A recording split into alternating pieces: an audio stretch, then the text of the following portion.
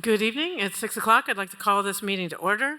We will start with an invocation led by Council Member Singh, followed by the Pledge of Allegiance led by Council Member Thomas. Please rise as you are able. We gather here today to make decisions for our community. May we use only our best skills and judgment, keeping ourselves impartial and neutral as we consider the merits and pitfalls of each matter that is placed before us, and always act in accordance with what is best for all of our communities and our fellow citizens.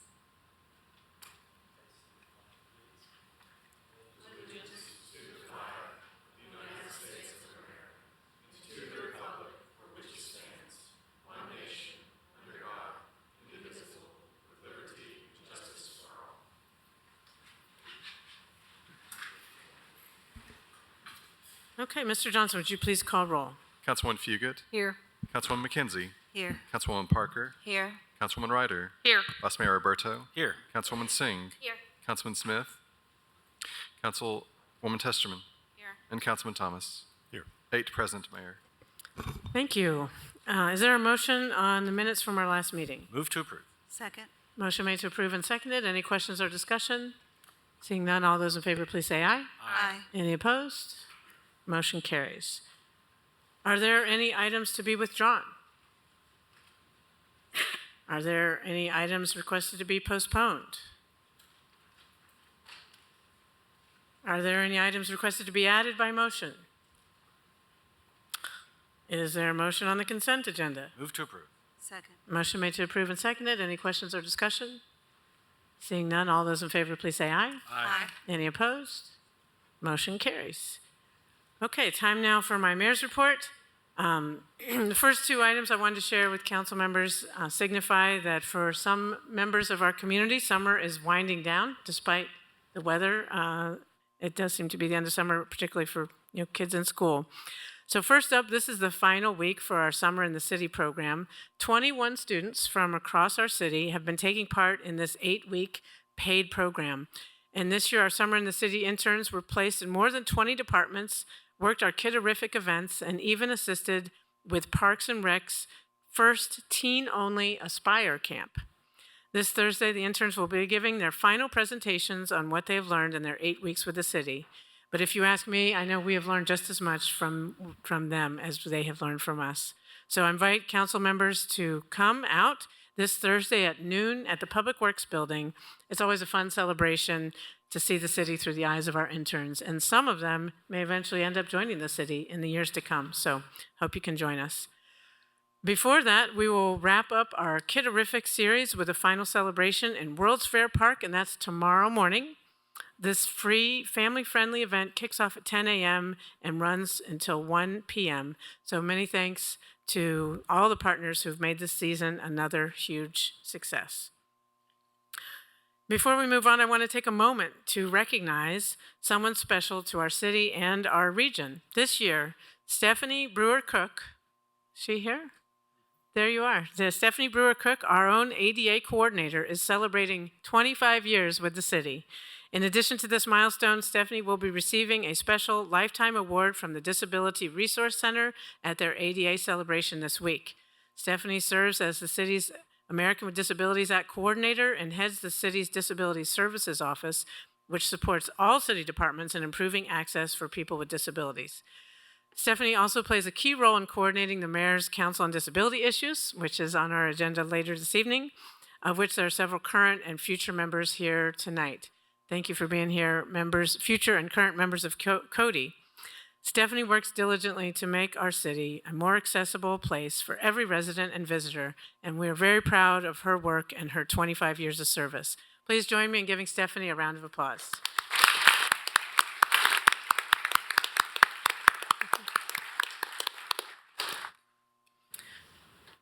Finally, a quick reminder about our rules of decorum. Those who wish to speak either to a specific agenda item or during public forum should sign up with the city recorder, Mr. Johnson, ahead of time. And council rules state that up to 3 people each may speak for or against an agenda item. And right now there are a couple of agenda items where more than 4 people have spoken up. 9A has more than 3 people signed up to speak in favor, and so does 9B. And 11B also has more than 3 people signed up, and 11R has 4 people. And so council rules say that 3 people, so I encourage those people, if you can huddle up before these agenda items come up, I recommend that you coordinate and confirm which 3 speakers you would like to prioritize on this topic before we get to that item. Please do not use profanity, and when speaking to specific agenda items, please remember to stay on topic. Those who fail to adhere to these rules may be ruled out of order and asked to step away from the podium. For those who are listening, please note that you may not disrupt a public meeting from the audience, and those who do may be asked to leave. Thank you in advance for respecting these rules, and that concludes my mayor's report. Are there any reports of council members? Vice Mayor Roberto. Thank you, Mayor. I just wanted to let everyone know that later this week, Councilmember Fugit will be celebrating a birthday, so just wanted to say happy birthday in advance. Also, consistent with a resolution that was unanimously passed by this council, members of City Council and the Knox County Commission will be having a joint workshop on Thursday, August the 3rd at 5 p.m. here in the large assembly room. I wanted to let you all know that we also reached out to the state delegation, and members of the state delegation also wanted to attend. So we'll be having them as well as we did the one we had about a year ago. So just wanted to put that on everyone's radar, and we're looking forward to a very good discussion. The only other announcement I wanted to make was, if you weren't aware, or watching at home or here in the audience, there are city elections coming up, and before our next meeting, on July 31st. That's the final day to register to vote for the primary election. So just wanted to remind everybody to take advantage of that and let your voice be heard. Thank you. Thank you, Vice Mayor. Councilmember Thomas. Yes, just a shout out to the people at SEED. Since our last council meeting, they opened their first energy efficient home on Texas Avenue in Lonsdale. It was attended by several people of the city staff, and it's really good to have that first one done, and hopefully there will be many more of these. And they found a most appropriate residence, and the key was passed off to them. And so this is all good news, and I commend Seed and J.D. Jackson and Stan Johnson and all those other folks that are doing good work on this. Thank you. Thank you. Councilmember McKenzie. Thank you, Mayor. Just wanted to take a moment to recognize the passing of former County Commissioner Thomas Tank Strickland, who contributed so much to not only the city but the county, continued to serve on multiple community advisory boards, was a founder of the MLK Commission and other initiatives, and also was the first African American, and to date, I think still the only African American who has served as chair of the County Commission to this point. And so just want to recognize his passing. His services will be Friday from 11 to 12, the Receiving of Friends, and at noon, the funeral service at Overcoming Believers Church. And if we may, I'd just like for us to have a moment of silence in his memory.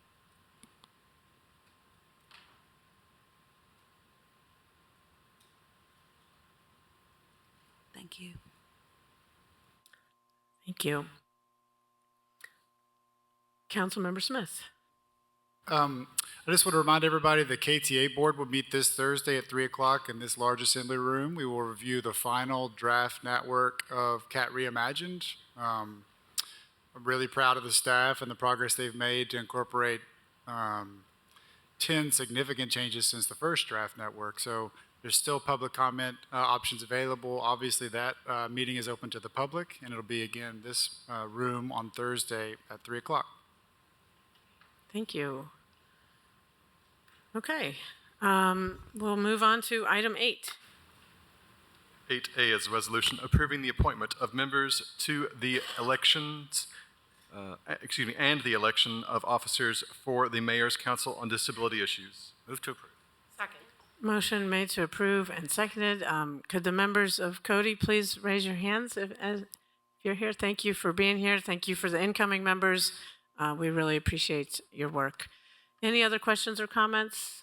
Seeing none, all those in favor, please say aye. Any opposed? Motion carries.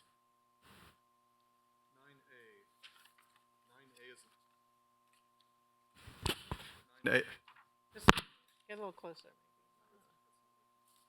Try again. Okay, I can read it. 9A, an ordinance, I should have brought my glasses, an ordinance to amend the Knoxville City Code Appendix B zoning code Article 11 off-street parking to clarify when recalculation of parking is required to remove the 50% rule, which creates an undue burden on redevelopment in areas of the city with existing lower property values, and to remove Article 11.1.c City of Knoxville applicant. Is that on?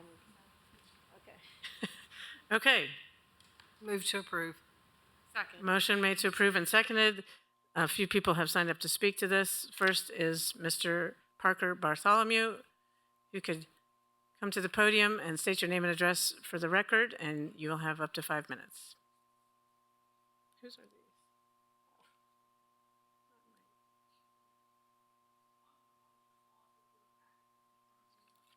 You need to speak closer into the microphone. Hopefully it's working. Am I? There we go. Okay. This one's working. Okay. All right, Parker Bartholomew, 5406 Summit Ridge Lane, Knoxville, Tennessee, 37921. This packet, I'm going to reference some of it during this. I think it's important to discuss how we arrived at the 50% threshold. The packet, the first 10 pages of this packet is every single property in the Bearden overlay. I was only able to do Bearden. And then there's columns that talk about some of the items that the 50% references, and then Recode actually added some more stuff to this. But as you can see, there's 5. Base dimension, frontage standards, lighting, parking, and landscape. I think it's important to note here that landscaping is only one piece of what we're talking about with the 50% threshold. The highlighted properties are where there was either no conflicts or one conflict. Anytime you pull a building permit with the 50, and you go over the 50%, we'd be required to bring all of these up to code, which is a major problem. As this was getting implemented, on page 10, you can actually flip ahead. It's the one that's tabbed. The percentage of parcels just in Bearden, where there was only one or no conflicts, is only 24%, meaning that 75% of the buildings in just Bearden alone means that you'd have to bring all that stuff up to being once you go over the 50%. If you flip to page 1, you can see a property that we redeveloped right before the ordinance came into being. So this is the survey, and on the next page, you can see the build to lines, setbacks that were brought into being because of landscaping or other items. And as you can see, the lines go through the building, eliminate almost all the parking. And so this building was a travel agency, an aquatics store, and a butcher shop. It's now a mortgage company, a medical clinic, and a donut shop. The ordinance would have prevented that redevelopment without variances. The variance process adds cost to the owners and workload to the planning department. Variances should be the exception and not the norm. The ordinance, the 50%, has made variances a requirement on most existing redevelopment. In Bearden, the property owners and business owners have a fighting chance due to the mathematics of the ordinance. It's easier for higher value properties to stay under the 50% threshold when making incremental renovations. In areas of town where the property values are lower, these areas include Broadway, Clinton Highway, Chapman Highway, the Magnolia Corridor, and Central. We're placing a burden on those who are less able to absorb it. We are hurting the areas that need the most help when redeveloping. Many parcels cannot be developed until the parcel can be purchased for land value, and this is not a healthy cycle. Forcing site changes on existing buildings is a major problem, and that's what the 50% threshold does. You're trying to renovate the interior of the building, and now you're forced to address the site, which you're trying to squeeze a round peg into a square hole. It just doesn't exist because you cannot adjust the amount of area you have on the site without making major changes to the building. Since this is the second reading, some of the council members had some comments that I want to address on first. Councilwoman Parker asked that if we would end up with lower quality developments. And it's not a question of quality. It's a question of being able to develop. The inability to develop is the worst thing you can do for an area. The ordinance as written now creates a lesser quality development because owners or tenants stay under the 50% and do not change the use. An example of this is that we're currently dealing with is the Advanced Auto on Magnolia. No significant changes can be made to that building without triggering the ordinance. It is set vacant for multiple years. The newly vacant CVS on Broadway is in the same positions. Councilman Smith, you are correct that the engineering challenges and it's something that needs to be continued to be modified. The 50% threshold requirement is usually the first domino that triggers engineering and other items. Section 11.1.B.2 needs to get interpreted. Change of use is a domino that's early in the process as well. Councilman Thomas, in your district, the school was not permitted to go into a church because this ordinance combined with change of use. It's perhaps more shocking than the example of the soccer facility on Broadway that's now a cannabis store. It's not about trees and landscaping. This ordinance has prevented redevelopment that's needed and beneficial for our city. Vice Mayor Roberto, you referenced the change of use, which is another development challenge and one that we need to look at. Both change of use and 50% threshold are damaging the city. However, change of use is a much more complex problem. 50% threshold is the low-hanging fruit that we can deal with today. Change of use. Mr. Bartholomew, your time is up. All right, thank you.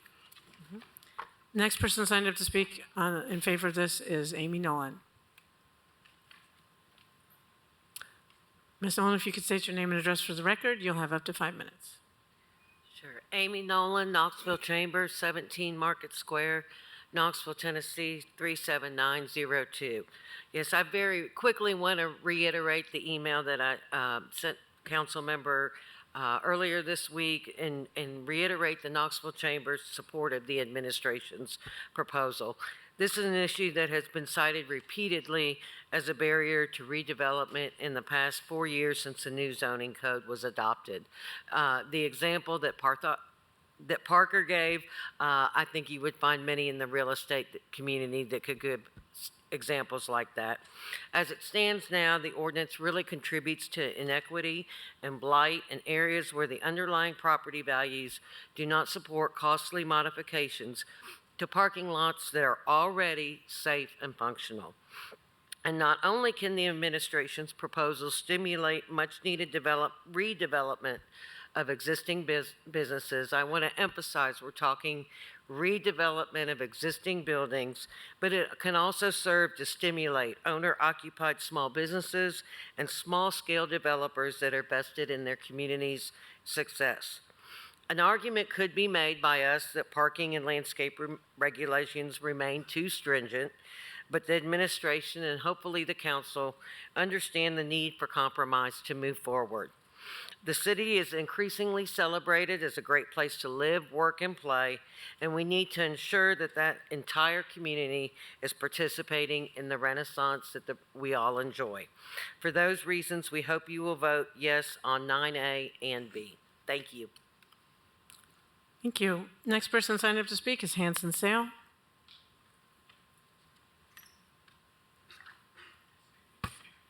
Good evening, Council. Hanson Sale, East Tennessee Realtors, formerly CAR 609Y Scarborough. I'm also speaking in support, and I don't want to reiterate too much of the memo that we sent to you earlier this week, but we very much support this change. This was a really good faith effort on behalf of the administration to compromise. It is fundamentally a compromise. There are things in this proposal that are alleviating development challenges, but we also added new things that will require basic landscaping in certain circumstances when we wouldn't have had that otherwise. So this is fundamentally a compromise. As I said in our memo, there's a really big disparity between how much you can spend on the same building in West Knoxville versus, deep into South Knoxville. And it can be the same building, and we're discriminating, in effect, based solely on the value of the underlying land. And so that directly creates an incentive for developers to focus on high land value areas that typically tend to be the areas that are already ripe for development, that developers are already jumping to get to.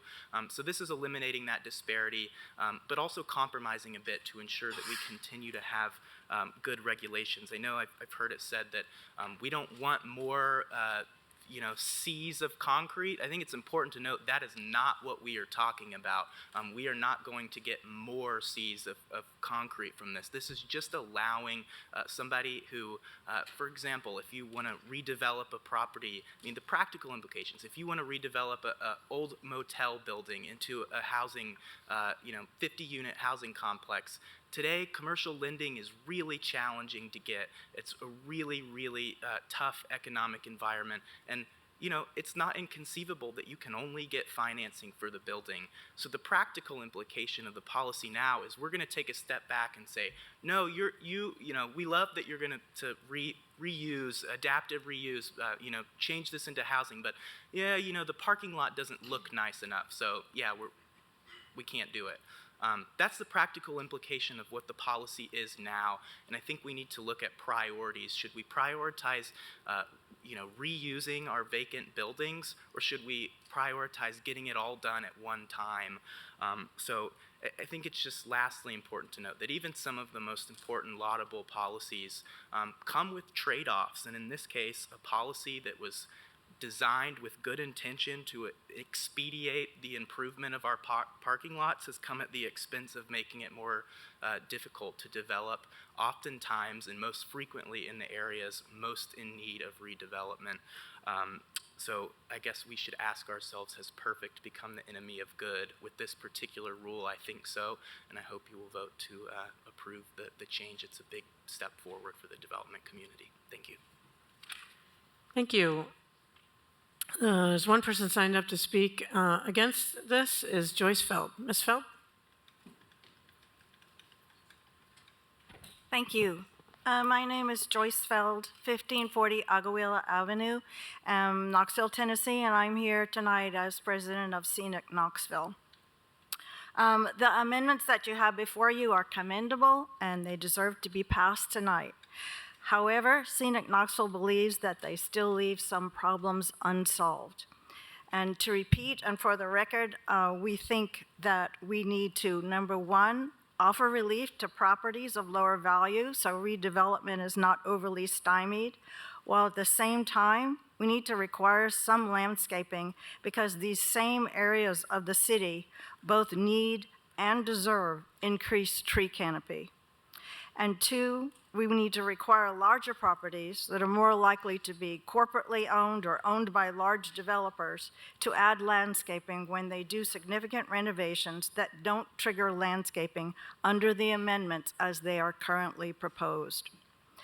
We are, as you all know, in the midst of a global record-breaking heat wave, and one step Knoxville can take to mitigate this is to plant more trees.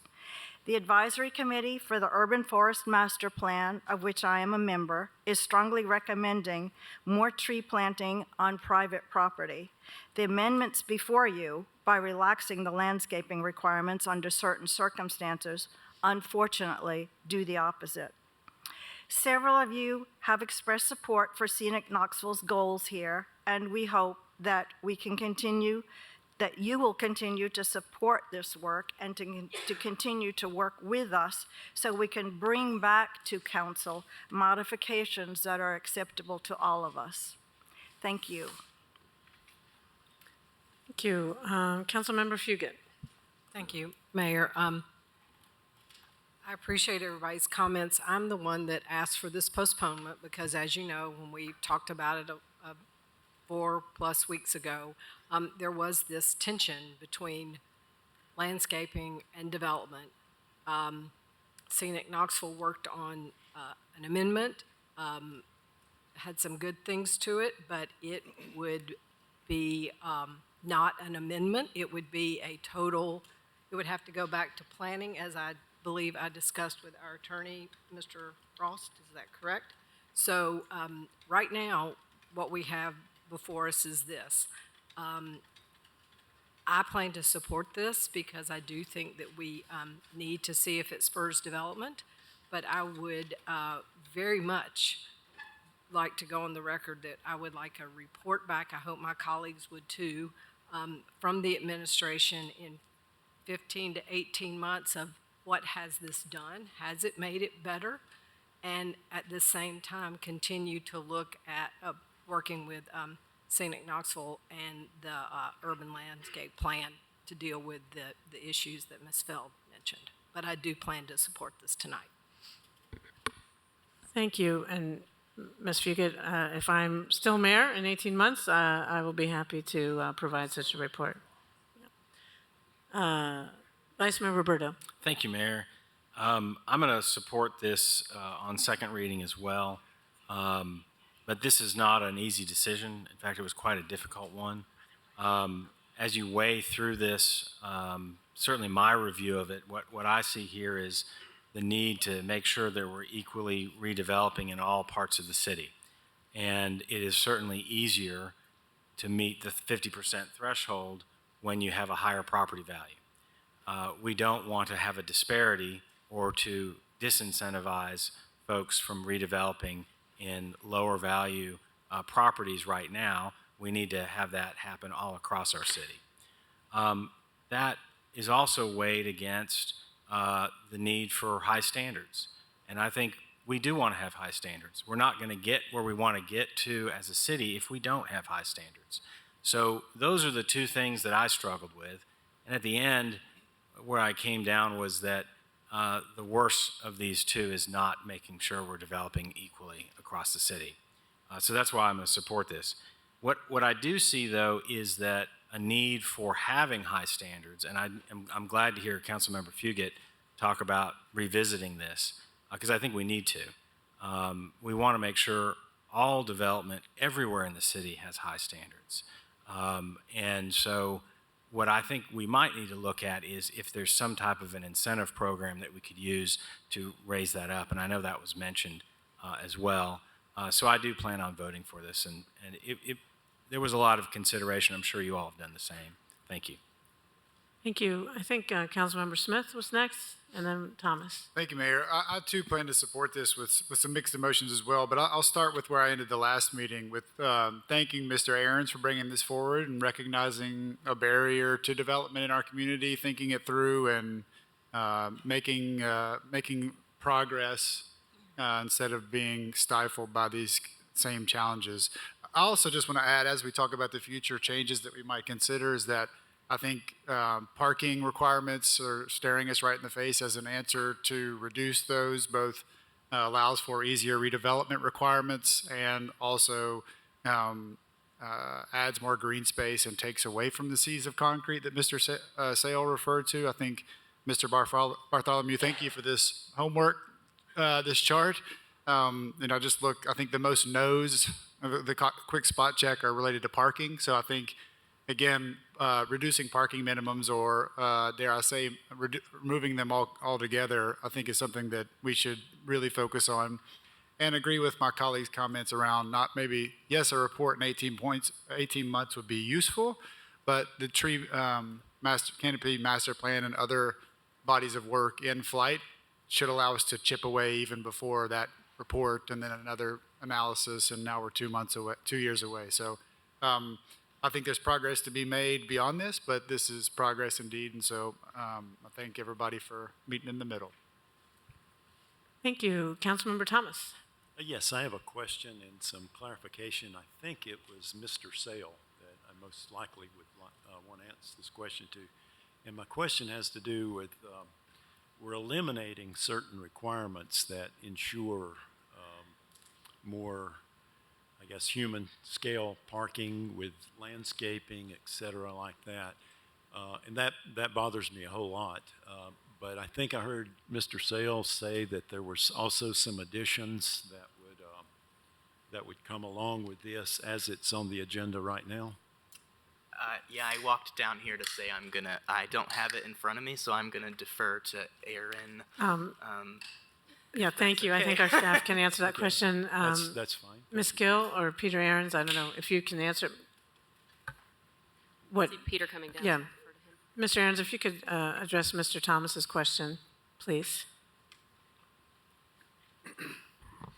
Good evening, Peter Ahrens, Director of Plans Review and Building Inspections. Some of the concessions that we worked with Scenic Knoxville is additional interior islands at a rate requiring more of them than is currently required. In addition, in other situations, we would require landscaping in a buffer yard that isn't necessarily the full width. So even if you don't have that 6 or 10-foot width, as long as you have the soil capacity, we would require additional landscaping. So it is a true compromise. You know, we're recognizing that some existing parking lots are designed and constructed a certain way, and to redesign those would be a great hurdle. And on the flip side, in compromise, we're requiring additional landscaping in other areas. Thank Does you. that answer your question? Yes. Okay. It does. This really does concern me a whole lot. There was a lot of work that was done earlier to address the problems with the parking lots, with the, you know, lack of trees and ocean of concrete that we all know. And, you know, we've talked about how, you know, being perfect shouldn't be the enemy of doing good, but I'm not asking for anything perfect here. I'm just asking for improvements over what we have. I'm concerned that eliminating these rules without having something else in place to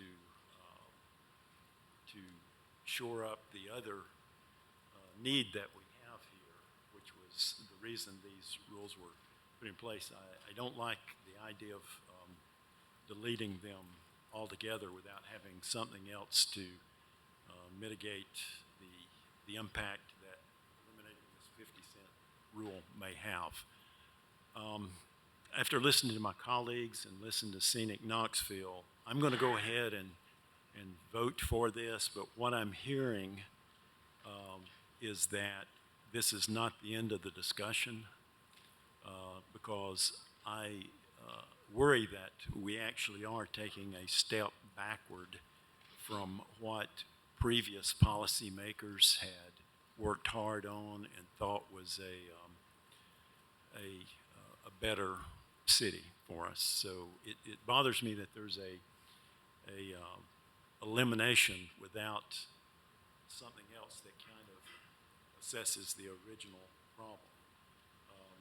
I think I am going to, it's hard for me, I think I am going to go ahead and vote for this, but this is with the understanding that I want the door left open to this issue. I want Scenic Knoxville involved again, in line with Councilperson Fugit's idea about we really need a review of this and see how it's working and have these parties to discuss it because it's not a small item. It has to do with quality of life. And, you know, the other thing, we're talking about economic development in areas that may be unfairly impacted, but I think it, you know, goes without saying, those areas also deserve as good a guidelines and landscaping and heat reduction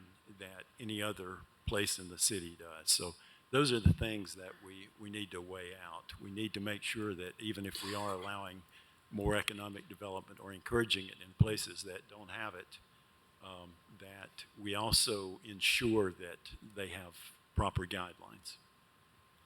Thank you. Councilmember Ryder, then Councilmember Parker. Yeah.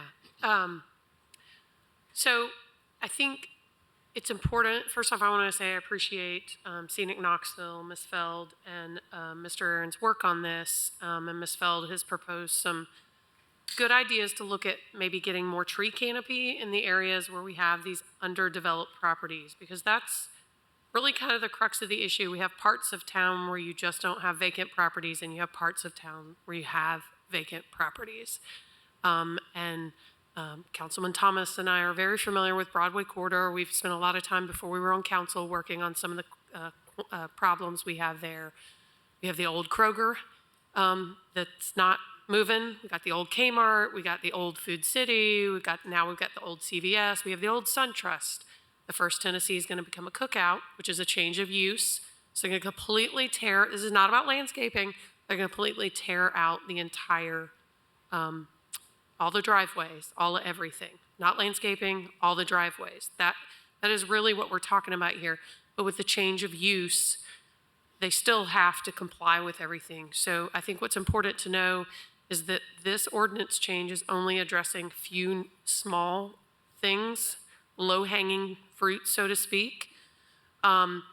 We've had properties on the Broadway corridor where landlords have turned away change of use because of all the parking lot changes it triggers. They'd have to tear out the driveways, they'd have to tear out the existing islands, they'd have to tear out the existing lanes and rebuild entire parking lots. That's a lot of waste and landfill, and they'd rather sit around and wait. If they bought the property on the cheap, they'd rather sit around and wait for a same use. So when we talk about the CVS property, what's the likelihood that's going to become a restaurant? Probably not. It's going to be retail. Maybe we'll get another cannabis CBD store, because that's what happened with the paint store. It had to be retail. The soccer team, the after-school youth program had to leave because they were going to have to tear out all of the parking lot. Ms. Feld came up, and Scenic Knoxville came up with some potential amendments. I think the thing is in going through some of those amendments, like to do it by size, when we went and measured your McDonald's, your Wendy's, your Sonics, they all fell well below that. And so that wasn't an equitable way to do it either. If we were trying to say your chains with your deep pockets, they were all going to get by and not be able to do it with the potential amendments of dividing it by 10,000 and 20,000 square feet. So I feel like we can keep working on this outside of passing what we passed tonight and come up with a different way to get more tree canopy, whether that be changes in the tree ordinance or changes in section 12. But I think this is going to allow a few things to actually happen. There's just been some small business, local businesses that have really struggled to even make their projects happen because of change of use, which we're not even addressing, and I don't know what all that entails, so I'm not going to take you down that path tonight, but I appreciate Mr. Bartholomew bringing it up because that's where we've lost several leases. In fact, one of them was a nice, good employer that was going to come to Broadway in a building that I know we would have all been excited to see them come there. But the change of use was going to trigger a lot of really expensive parking lot changes. And so the landlord was like, no, I'm not interested in you. So, I want to see some of these vacant properties in play. And I'm not saying that we have to have low standards, but we have to have some reasonable way that there's equity in developing them. And what we had on the books was not getting us there. So I'm fine with going and trying to figure out a way to address the tree canopy through some other means. Thanks. Thanks. Seeing no lights on, we'll move forward to the vote. All those in favor, please say aye. Aye. Any opposed? Motion carries. 9B is an ordinance to amend the Knoxville City Code Appendix B zoning code at Articles 12.5 and 12.6, parking lot perimeter landscape yard and interior parking lot landscape yard to provide language that is consistent with the proposed changes to Article 11.1 off-street parking and to correct section number references to correspond with the proposed changes to Article 11.1 City of Knoxville applicant all districts. Move to approve. Second. Motion made to approve and seconded. There are some people signed up to speak in favor of this. Mr. Bartholomew?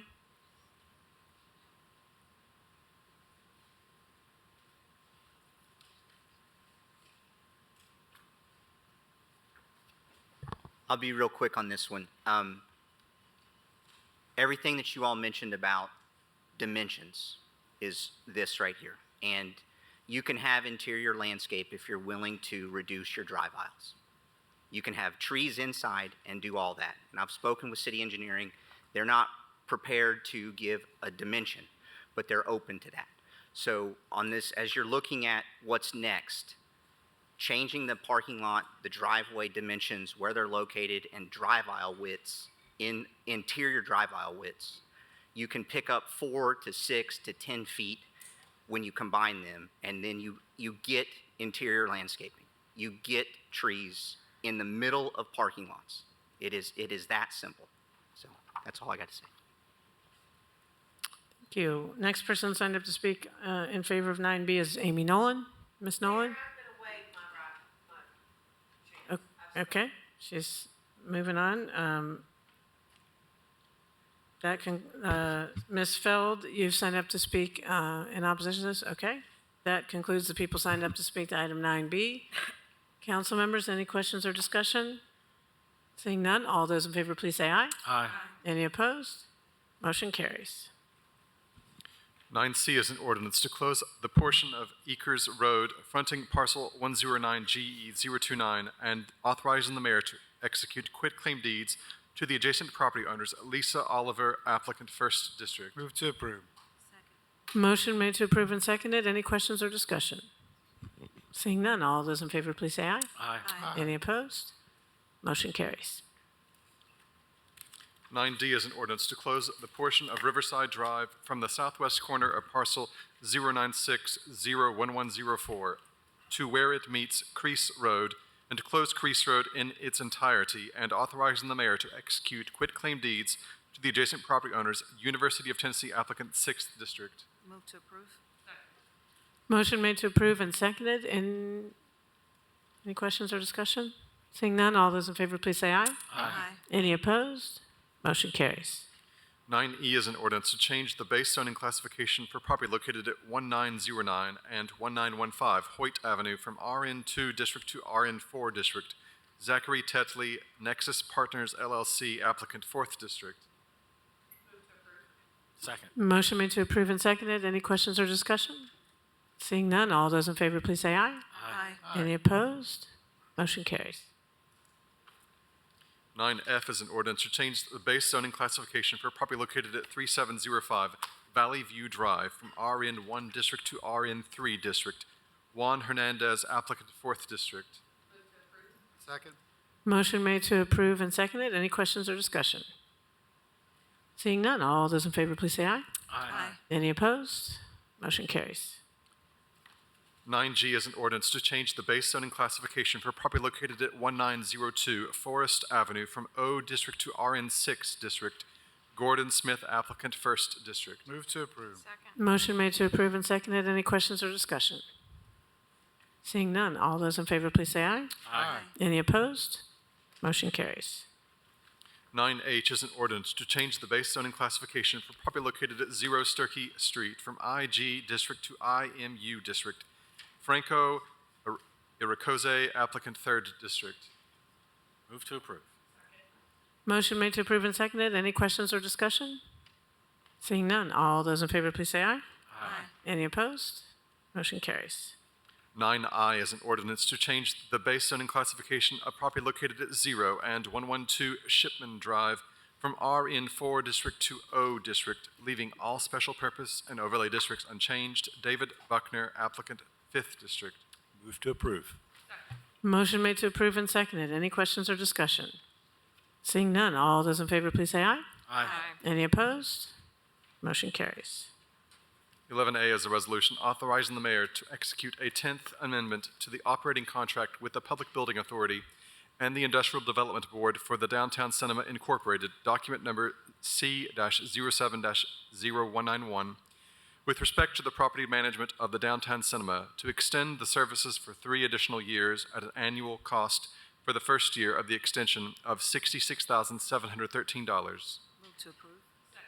Motion made to approve and seconded. Any questions or discussion?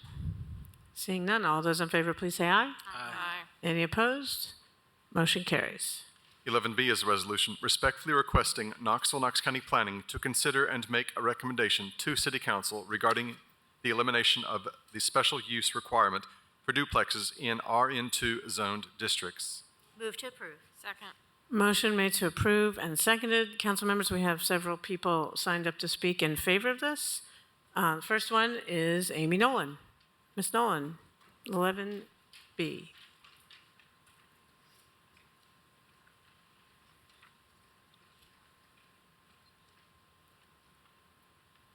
Thank you, Mayor and council members. I just want Amy Nolan, Knoxville Chamber, 17 Market Square. Thank you for allowing me to express the Chamber's support of this resolution that's asking the Planning Commission to study whether to allow duplexes in the RN2 zone by right. I want to commend the administration and council for their work on affordable housing.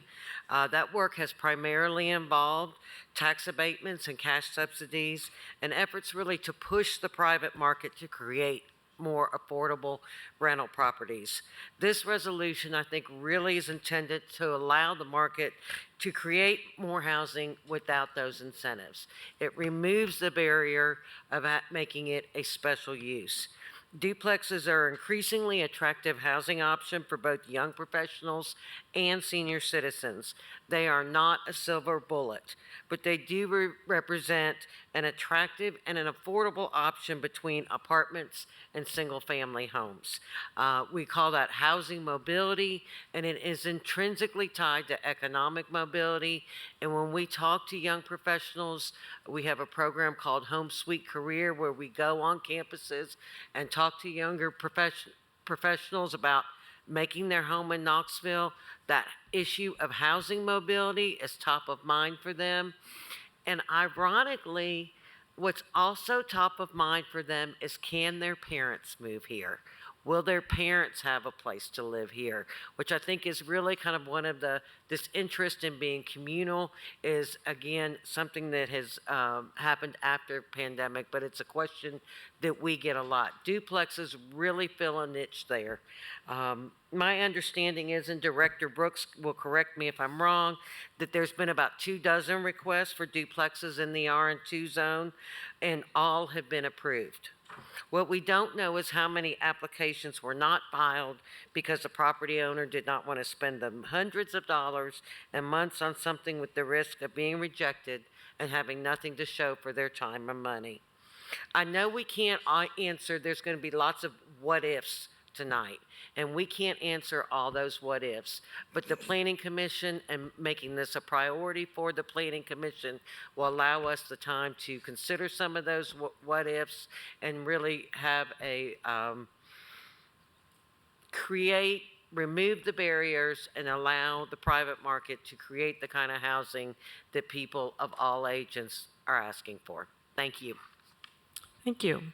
Next person signed up to speak is Hanson Sale.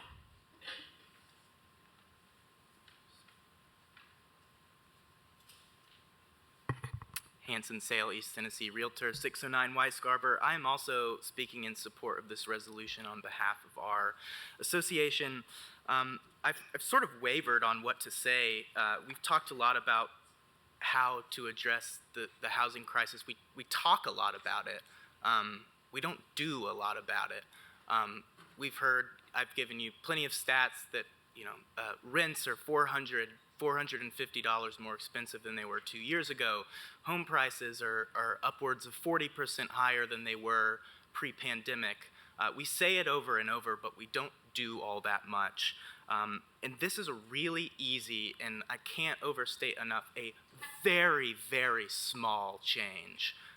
RN2 represents only 20% of residentially zoned land in this city, so 80% of neighborhoods would not be affected were we to remove this requirement, and most are already built out and wouldn't be affected anyways. It's also important to know who lives in attached housing. I did some analysis of census data this morning, and a sizable majority of those living in attached housing are either young professionals, 25 to 35, or seniors, 65 plus. And the second most common form of housing for seniors in this city of people living in Knoxville is attached housing, duplexes. So duplexes solve two things. They create affordable both home ownership and rental opportunities in neighborhoods where someone might not be able to afford a home, but they can afford half of a duplex, the rent or the home ownership opportunity. But it's also a way for our seniors to age in place and stay in Knoxville. But there's also a moral component to this. There was a great article in The Atlantic that I will pull from, but we have drawn a border wall around our neighborhoods and said, if you don't live in a single family home, then you're not allowed. And so television screens can depict the immigrants being turned away at the border, but they don't capture the way that working class people are systematically removed from our neighborhoods, or never given an opportunity to move to a better neighborhood where maybe their kid might be able to go to a better public school. We never see that because there's an invisible border around our neighborhoods that, because in the most prosperous neighborhoods, we oftentimes prohibit or obstruct construction of the type of homes that less advantaged families can afford. I, like many of you, believe Knoxville should be a place where people of all backgrounds can seek and achieve a better life for themselves. But campaign slogans, worrying about the housing crisis, all or welcome yard signs aren't enough to achieve anything. It's policy. We need finally to put our money where our mouth is. We need to break down the border walls around our neighborhoods to support people. Housing is one of the most important crises facing our city today, maybe second only to substance abuse.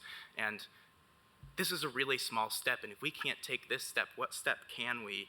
To paraphrase from the article, the huge inequalities between our most affluent neighborhoods and their poorer counterparts didn't just happen. They are in large part a product of zoning laws that are hard to square with the ideals that we like to put in public statements and in social media. Lest we forget, doing the right thing isn't always easy, and in fact, it isn't even popular at many times. Some of the most remarkable things we've achieved as a city and as a country have been broadly unpopular when they were first implemented, and we turn back in retrospect and we say, dang, we did a really good job, but it was elected officials who didn't only listen to the vocal minority and decided to make a decision that is right for the people of Knoxville. And I think it's important to acknowledge that we actually do have an opportunity here, a unique opportunity. Our association did a scientific public opinion poll that we will be releasing soon, and 70% of city voters said that they favored changing zoning laws to allow the construction of more duplexes, triplexes, and townhomes. I sit through a lot of these meetings just like you all. That's not what we hear, but that's what the community needs. It's what's best for Knoxville, and I really hope you will support this really small step in what is likely to be a very long process. Thank you. Thank you. Next person signed up to speak on this item is Mr. Don Lindsay.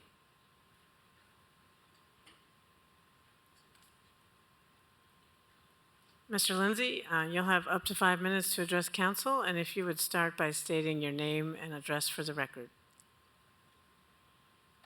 Thank you, Mayor, council members. My name is Don Lindsay, and my address is 5312 Trace Manor Lane in Knoxville, 37912.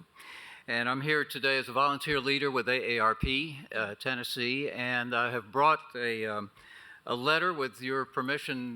This is from the state director of AARP. It was emailed to you earlier today. With your permission, I'll read this to explain what the position is of AARP. Would that be all right? Yes. Okay.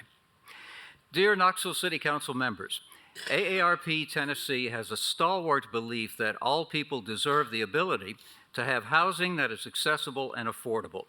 It is in that spirit that we support the resolution sponsored by Councilwoman Seema Singh. Surveys by AARP show that most Americans, including older adults, prefer to live in walkable neighborhoods that offer a mix of housing and transportation options that are close to jobs, schools, shopping, entertainment, and green spaces. Missing middle housing can meet those needs. With a growing aging population, construction of a variety of housing options will become more important. Currently, we have thousands of older adults who are house rich but cash poor. Some would like to sell their home and buy something more affordable or accessible in their community, but in most cases, that type of housing does not exist. Older adults will also become more reliant on caregivers as they age. Unpaid family caregivers are the backbone of our long-term care system. Missing middle housing can help family members live with or near one another to support their loved one while still having their own space or residence. The option will also help older adults have the care they need rather than being forced to spend down their assets to near poverty level to qualify for Medicaid. During the COVID crises, we talked a lot about the impact of social isolation and the physical and emotional toll it had on older adults. Missing middle housing fits within and helps to generate walkable, place-based neighborhoods with community amenities. These shared amenities serve as a shared space where neighbors can get out and about, interact, and gather. AARP has been working across the country with many local and state elected leaders to pursue much-needed changes to remove barriers that prevent the creation of missing middle housing.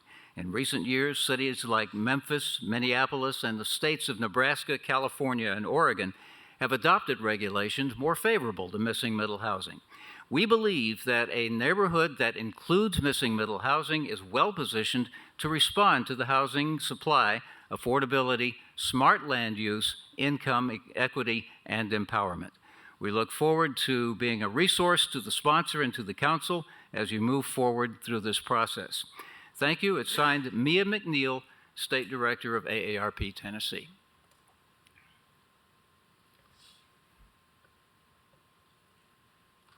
Thank you, Any Mr. questions? Lindsay. If there are questions, council will ask you to come back up during your discussion. Thank you. Thank you so much. All right, Councilmember Ryder has her light on. I don't know if Councilmember Singh, did you want to speak to it first as the sponsor? Okay. Thank you. First off, I want to say thank you to the administration. I know you guys are working on this piece also. And then I know that Vice Mayor Roberto is getting together a workshop on it. And I'm glad that we're all working on this because this isn't an issue, it's a crisis. The piece that I'm bringing forward tonight is very, very tiny. And I'm not asking us to make the decision on whether we should move the special permission. I'm just saying, can we as a council send this on to Planning Commission?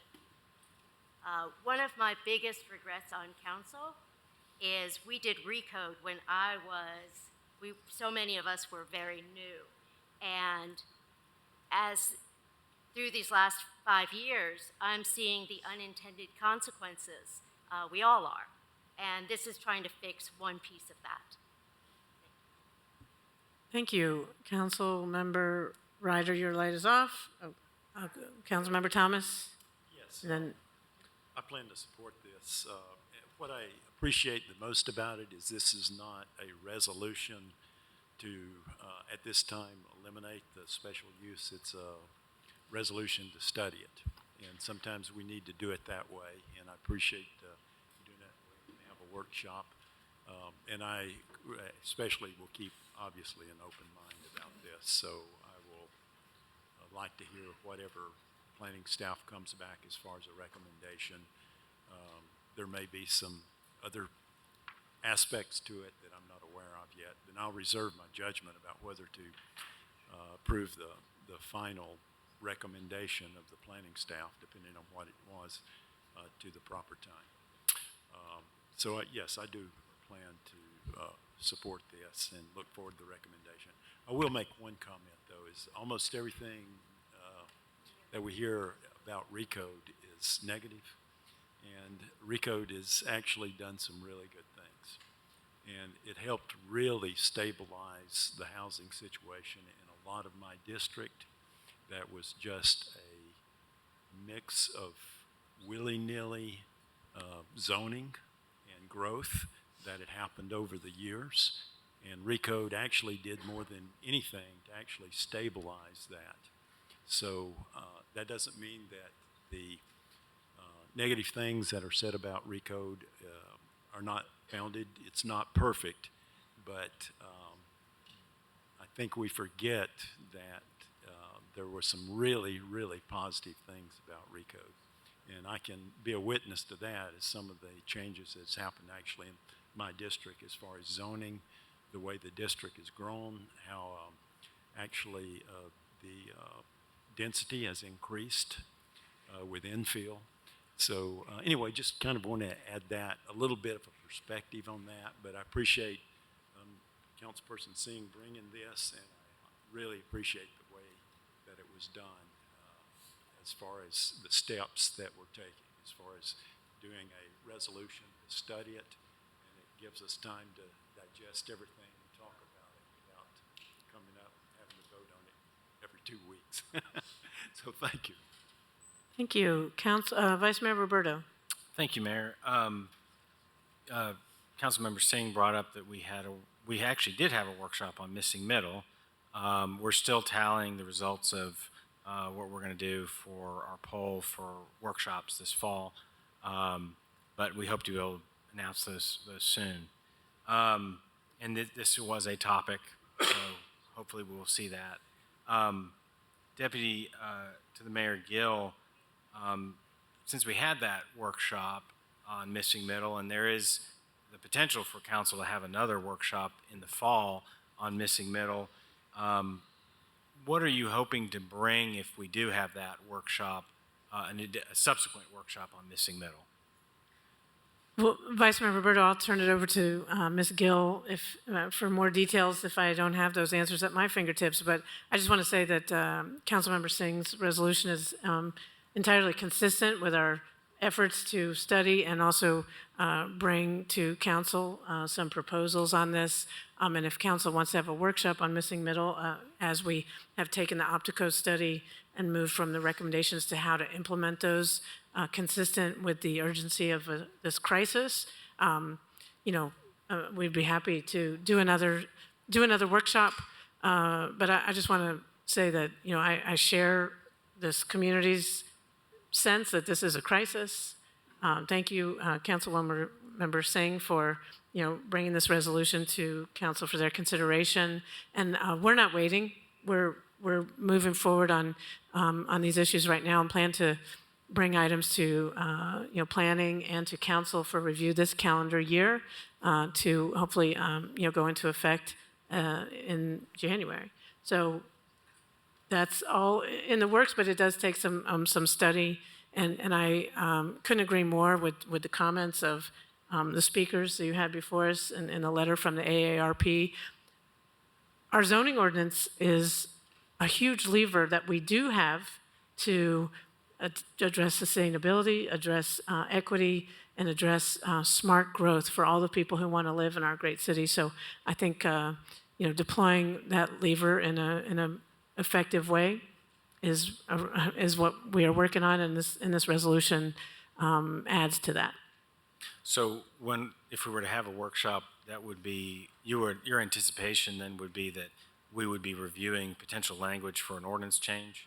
Yes. Would that ordinance change be more of a targeted solution or more of a blanket solution like we're talking about in the resolution?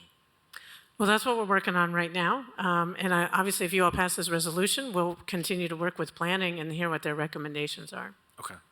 I'm very supportive of that. I'm glad we had the workshop on missing middle. I think it's an important piece that we need to do. I appreciate my colleague, Councilmember Singh, bringing this to our attention and also for the ability to study this, because I think that is important.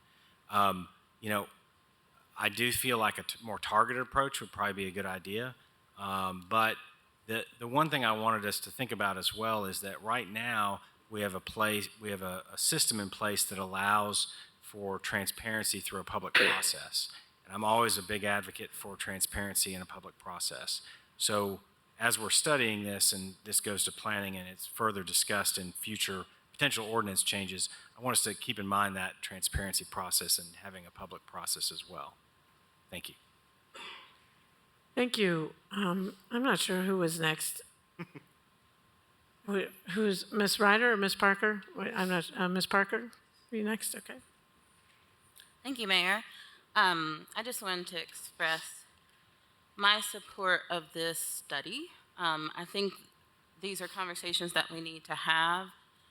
And when I first saw the proposal, I had to review the zoning code because I was surprised that I was, once I looked into it, I was surprised to see how RN2 is set up. I would have thought it would allow duplexes by right.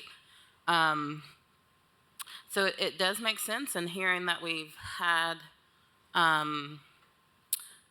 no request denied is encouraging, and I think just spending time to see what the impact and what some unintended consequences might be is a smart next step.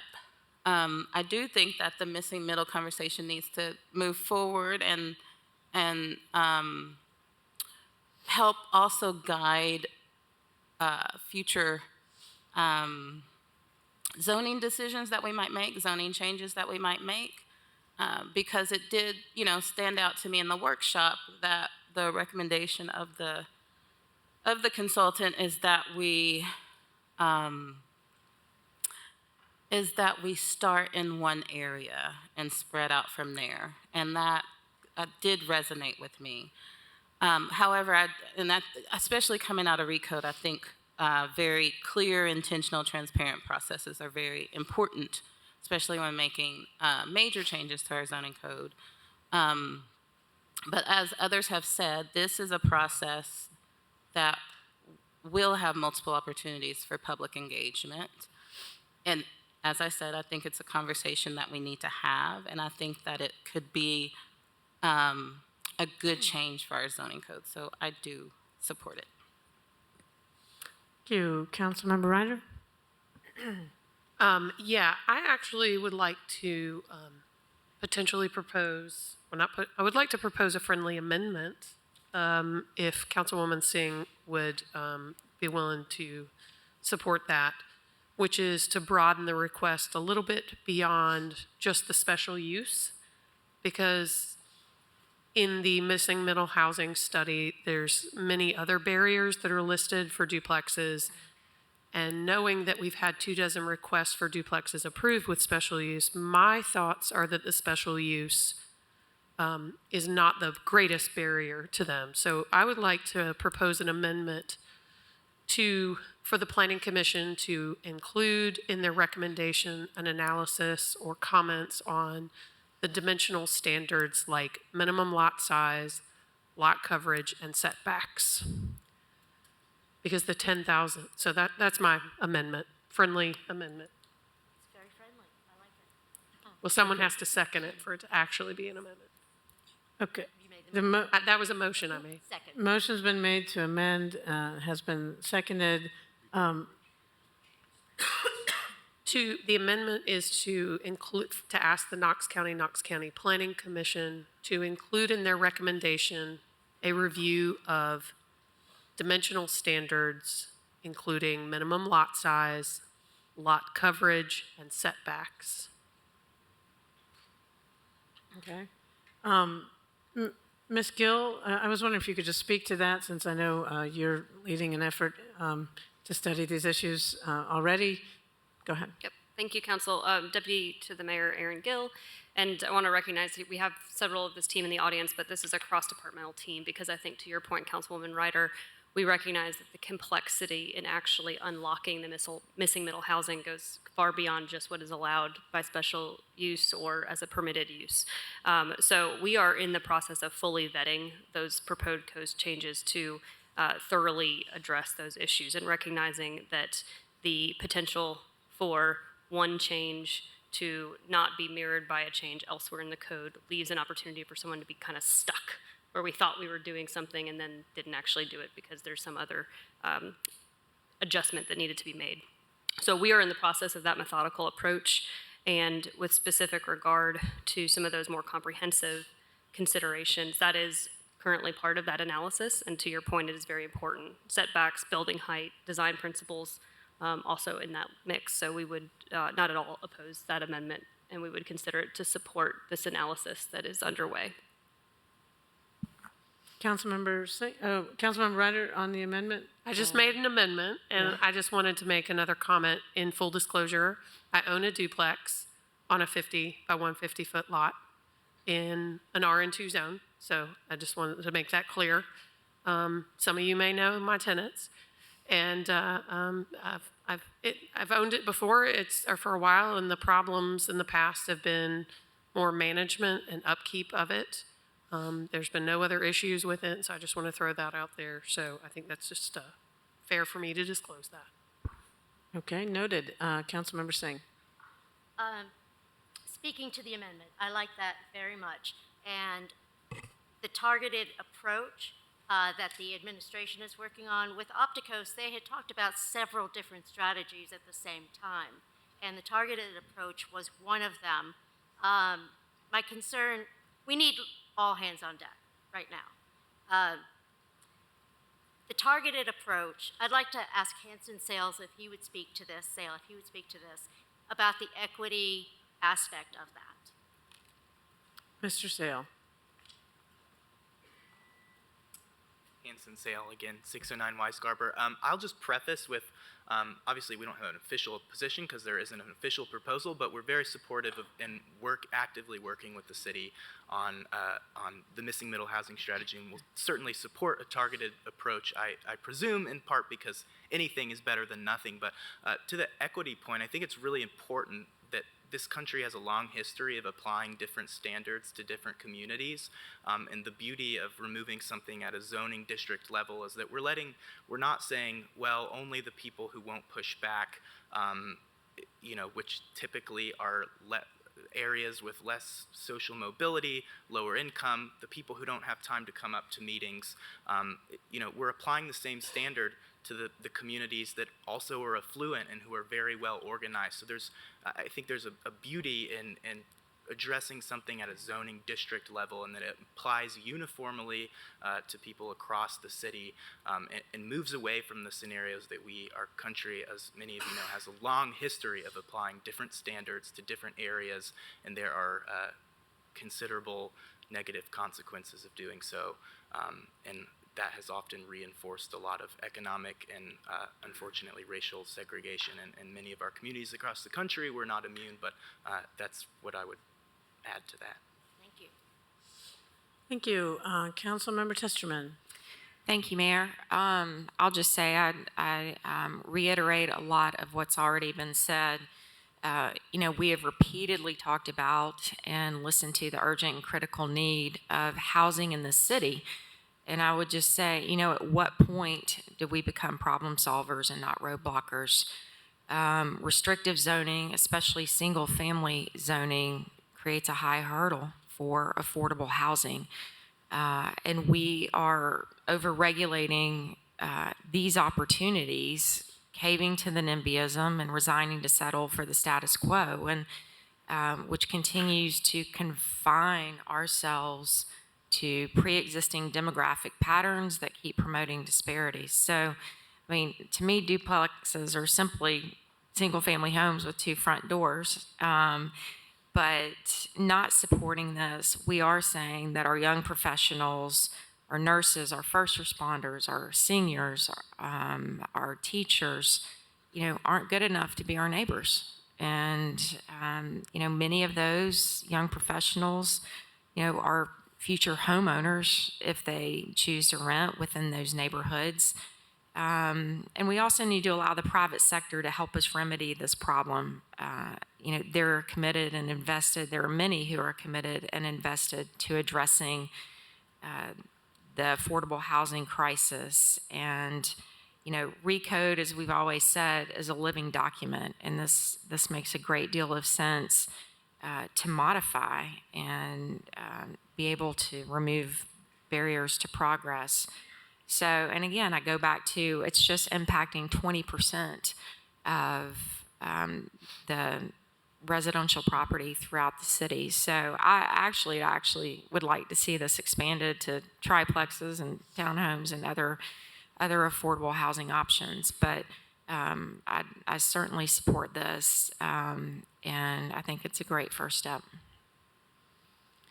Thank you. Councilmember Smith. I just have one comment to add to the point Vice Mayor Roberto made about public input, that it be more than just the Planning Commission meetings and our council meetings, that it doesn't have to be a full recode, but I do think making people understand this or helping people understand this takes many rounds of listening and hearing, and that I think the more we can host those types of educational forums out of these walls and in neighborhoods, I think will produce a better outcome.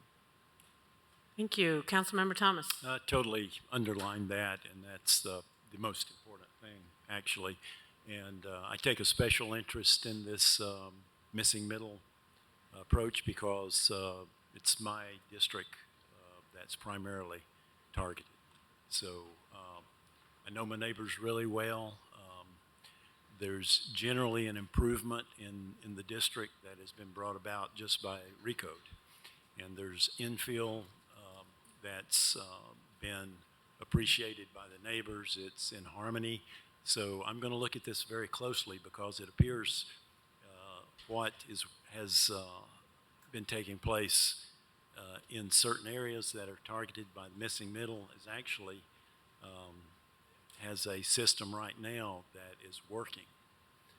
I can't say it won't be improved, but we definitely need to hear from the neighbors and those affected. So I look forward to the discussion. I welcome an approach that studies something to increase the housing stock without these huge multi-unit apartment buildings that have their place, absolutely have their place. But as far as livability and what the person from AARP was talking about, you know, I welcome an approach that increases the housing stock in a way that's more pedestrian friendly and is a better quality of life than some of the units that we've been building in the past. So anyway, I welcome this discussion. I'll be paying a lot of attention to it, and let's move forward on it, see what happens. Thank you. Speaking still to the amendment, Councilmember McKenzie. Thank you, Mayor, and I just want to commend Councilwoman Singh for bringing this forward and for your administration for continuing to have a focus on this. When we talk about affordable housing, it still begs the question, what's affordable and to whom it's affordable?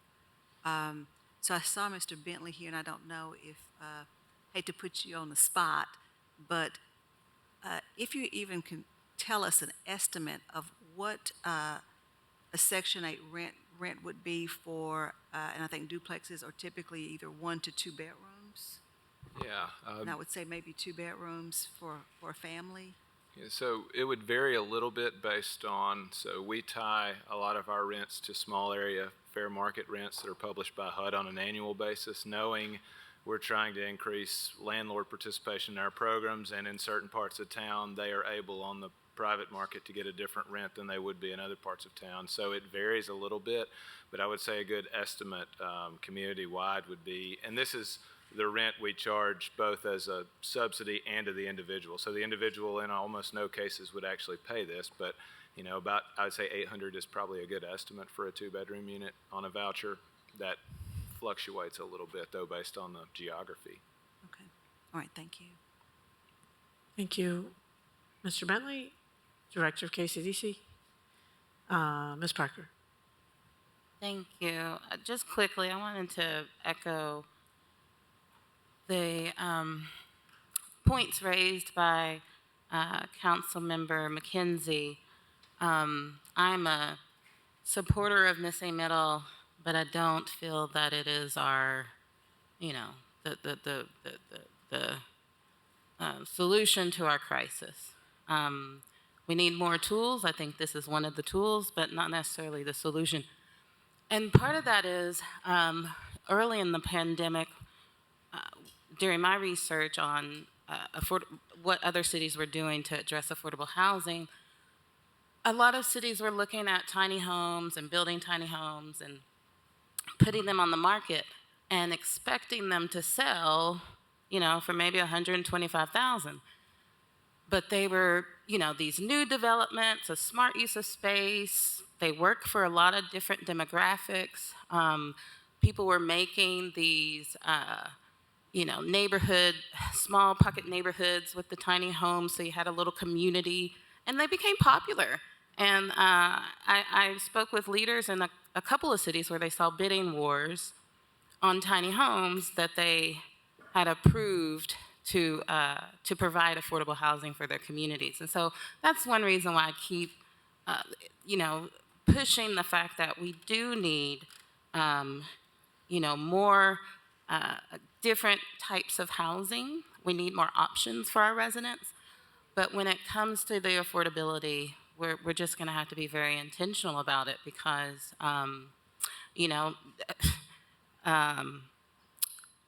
we can't predict the market is one thing, and a lot of these developments have become very popular as of late. So I'm in support of it, but we got to keep doing more to increase our affordable housing stock.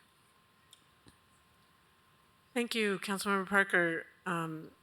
Just a reminder, we're discussing the amendment, and if you guys are ready to vote on the amendment, let me know.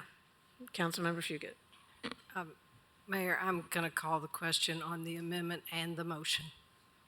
I move to call the question on both. Well, You can do both. You can do both, okay. Does there have to be a second to the call for the question? Is there a second to the call for the question? Okay. The question's been called on the amendment and the motion. Let's vote on the amendment first. Does everyone understand the amendment? Oh, vote on the call for the question. Thank you. All those in favor, please say aye. Aye. Any opposed? The motion passes, so the question's been called, and now we'll vote on the amendment. Does everyone understand the amendment? All those in favor of the amendment, please say aye. Aye. Any opposed? The amendment carries. Now we're back to the motion as amended. All those in favor, please say aye. Aye. Any opposed? The motion carries. Thank you. Okay, moving on. 11C is a resolution authorizing the mayor to execute any and all documents necessary to renew a policy with Liberty Mutual for property, flood, earthquake, and boiler and machinery insurance coverage for the city of Knoxville for an approximate annual premium of $536,129, leaving one remaining renewal option on the policy for one additional one-year term. Move to approve. Second. Motion made to approve and seconded. Any questions or discussion? Seeing none, all those in favor, please say aye. Aye. Any opposed? Motion carries. 11D is a resolution authorizing the mayor to amend the contract with Johnson, Mirmirian, and Thompson for the Sevier Avenue Streetscapes Improvements Project, increasing the contract amount by $60,045 for a new contract total of $506,475 and extending the date of completion to December 31, 2024. Move to approve. Second. Motion made to approve and seconded. Councilmember Smith. Thank you, Mayor. Deputy Brace, I believe that this is an effort to save the taxpayer some dollars by rebidding a contract. Or Mr. Claybo, if you want to rant, kick it over to Could you Mr. just Claybo. explain why we're jumping over this hurdle? Sure, Tom Claybo, Engineering Director. So in mid-June, let me go back. The Sevier Avenue Streetscapes Project is divided into two contracts. Right. One of those being a utility relocation contract, so moving aerial utilities underground. And then the second is a roadway contract that's got federal funds in it. So we bid the utility contract mid-June. It came in well over our budget, had one bidder. So we're going to repackage the construction documents, split that up into actually three contracts now. So it'll be a roadway and two separate utility contracts, trying to better isolate the type of work to the contractors, try to get more interest in that. So But just for the public's benefit, this actually is an increase, but in the grand scheme of the project and this bidding process, it'll actually save us money. that's exactly All right, right, yes. okay. And we still plan to break ground by the end of the year? We hope to get all three contracts bid this fall with construction in the winter. Okay, thank you. Any further questions or discussion? Seeing none, all those in favor, please say aye. Aye. Any opposed? Motion carries. 11E is a resolution authorizing the mayor to execute an agreement with Canon and Canon Incorporated to provide third-party engineering plan plans review services on an as-needed basis for an amount not to exceed $125,000 for 1 year with 2 optional 1-year renewal terms. Move to approve. Motion made to approve and seconded. There's one person signed up to speak to this. He's decided not to speak to this. Any further questions or comments from council? Seeing none. Oh, Vice Mayor Roberto. Thank you, Mayor. So everyone knows in the public, what we're doing here is we've had some difficulty with having permits being issued on time. And one of the recommendations from the Matrix study was, maybe to look at having an outside firm do this. So I'm very supportive of this. I think everyone else is too, but I just didn't want to pass it without anyone saying what we were doing here. One of the ways that we need to make sure we're dealing with the housing crisis is make sure we're getting permits out timely. And so I want to commend staff and the administration for 25 days into a new budget, getting something together so that we can start to address this. I also want to just make sure that we continue to look at this in case we do need to hire more staff, because that was one of the other recommendations. But I appreciate the promptness of getting this to us, so thank you. Yeah, thank you, Vice Mayor. I just want to reiterate, as I've been keeping you apprised, we do have an unprecedented level of investment in our city, and we do have an unprecedented housing crisis. And so this goes to address that backlog to make sure that our permits and plans are reviewed promptly. And I appreciate council support. We have also hired or in the process of hiring additional staff. And I remain committed to bringing, if the need for more permanent staff becomes clear, even after addressing the backlog, we'll bring a budget amendment to you all to consider for hiring more staff. So we're moving forward on all fronts, and I appreciate your support for hiring this outside consultant to address the most acute needs right now. Any further questions or discussion? Seeing none, all those in favor, please say aye. Aye. Any opposed? Motion carries. 11F is a resolution authorizing the mayor to execute an agreement with APAC Atlantic Incorporated in an amount not to exceed $331,923.75 for the Third Creek Greenway Resurfacing Phase 1 project. Move to approve. Second. Motion made to approve and seconded. Any questions or discussion? Council members, I just wanted to say that we've been very committed to adding Greenway connections.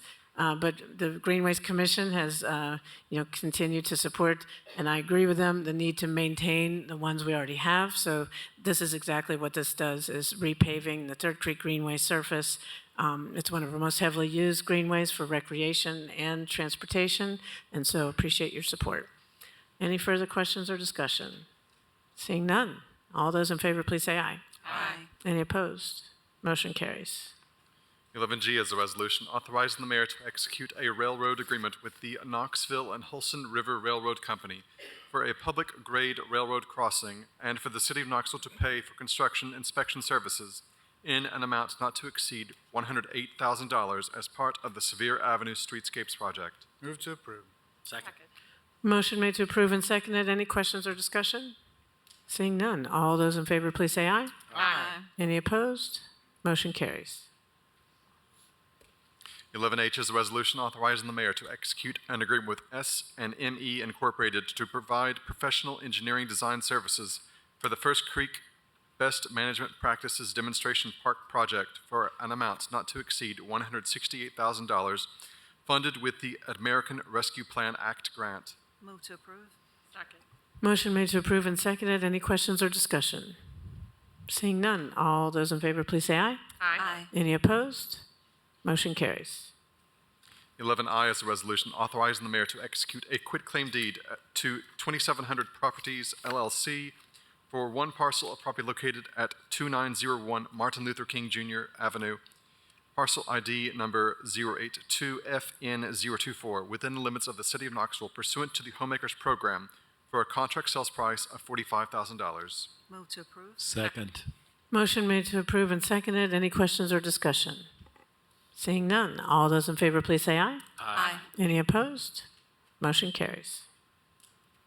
11J is a resolution authorizing the mayor to execute a quitclaim deed to 2700 Properties LLC for one parcel of property located at 2735 Martin Luther King Jr. Avenue, parcel ID number 082KD016, within the limits of the city of Knoxville pursuant to the Homemakers Program for a contract sales price of $31,500. Move to approve. Second.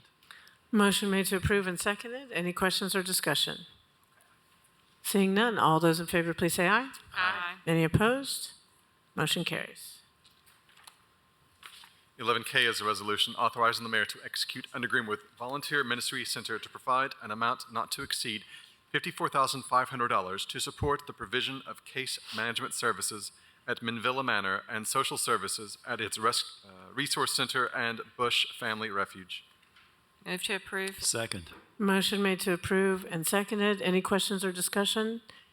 Council members, I just wanted to flag for your attention the next three items all demonstrate the city's and your commitment to permanent supportive housing.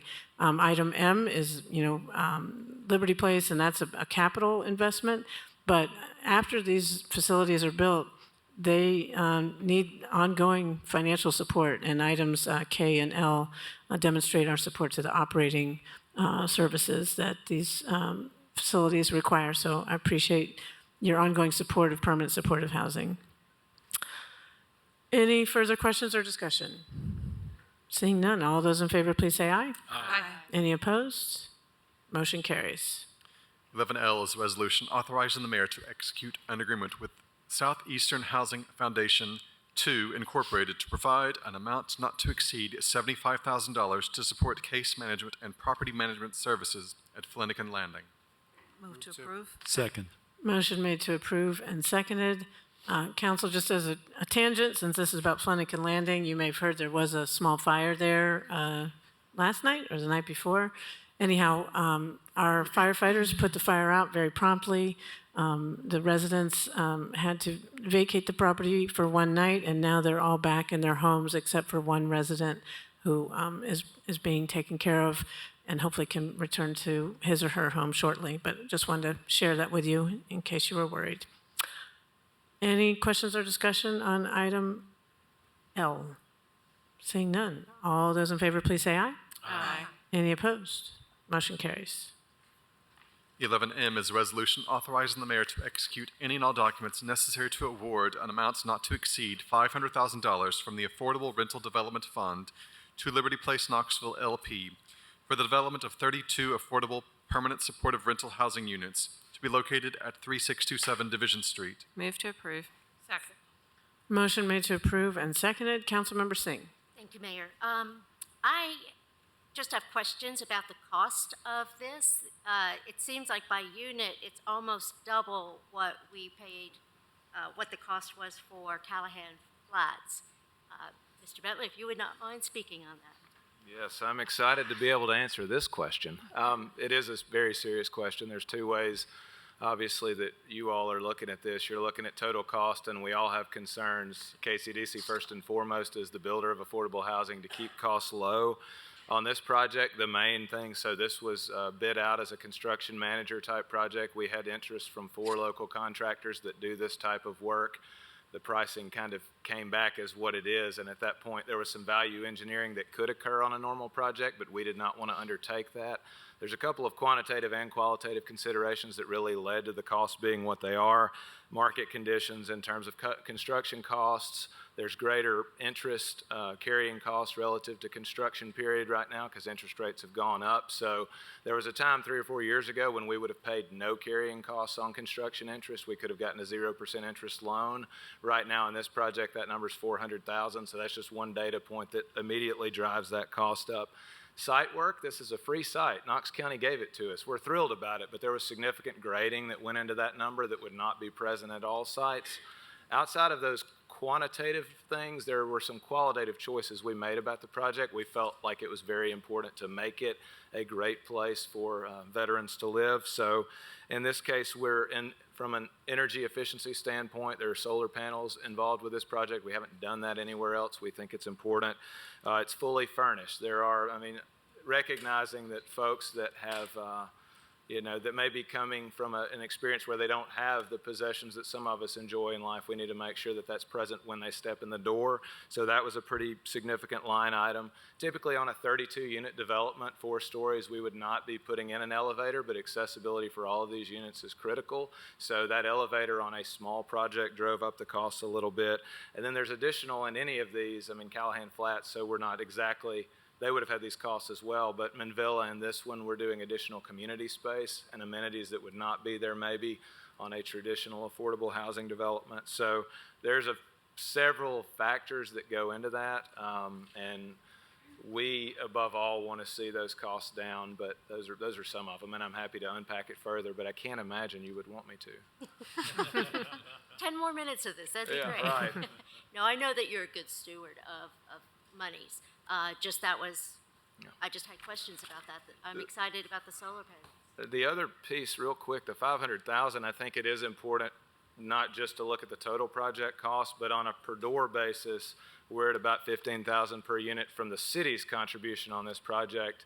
And I think as stewards of the affordable rental development funds, it's really important to consider what you're getting per unit for your contribution. And so the total project cost is too high. We want to see it come down. The city's contribution is actually relatively low compared to most projects that you approve. Thank you, Mr. Bentley. Councilmember Parker, and then Councilmember Thomas. Thank you. I brought this up before on the Callahan Flats project, but for me, when it comes to the permanent supportive housing, I want to encourage us to make the investment to make sure we get the best end product that we can, and really continue to embrace that trauma-informed design. I heard good things from the increased costs, like the solar panels. I'm still not hearing about the trauma-informed design. And so, I just wanted to encourage, I guess, my colleagues and others to encourage that we invest in these types of properties and not pinch pennies, but make sure that we are creating spaces of healing, spaces where folks are able to, regain some stabilization, move on potentially to other permanent housing, and not cut pennies on these. So just wanted to lift that up. Thank you. Councilmember Thomas. Well said, Councilperson Parker. I also want to give you kudos for the solar panels, and thanks for finding room in your budgeted money to be able to include those. And of course, the payback further for the residents will be it's going to lower their KUB bills. So we're talking affordability with the solar panels. So good going. Thank you. Any other questions or comments on item M? Seeing none, all those in favor, please say aye. Aye. Any opposed? Motion carries. 11N is a resolution authorizing the mayor to execute an agreement with Stubblefield Construction LLC to replace the existing gating system at the Knoxville Area Transit Operations and Maintenance Facility and to provide maintenance for 2 years for a total contract price not to exceed $488,000. Move to approve. Second. Motion made to approve and seconded. Any questions or discussion? Seeing none, all those in favor, please say aye. Aye. Any opposed? Motion carries.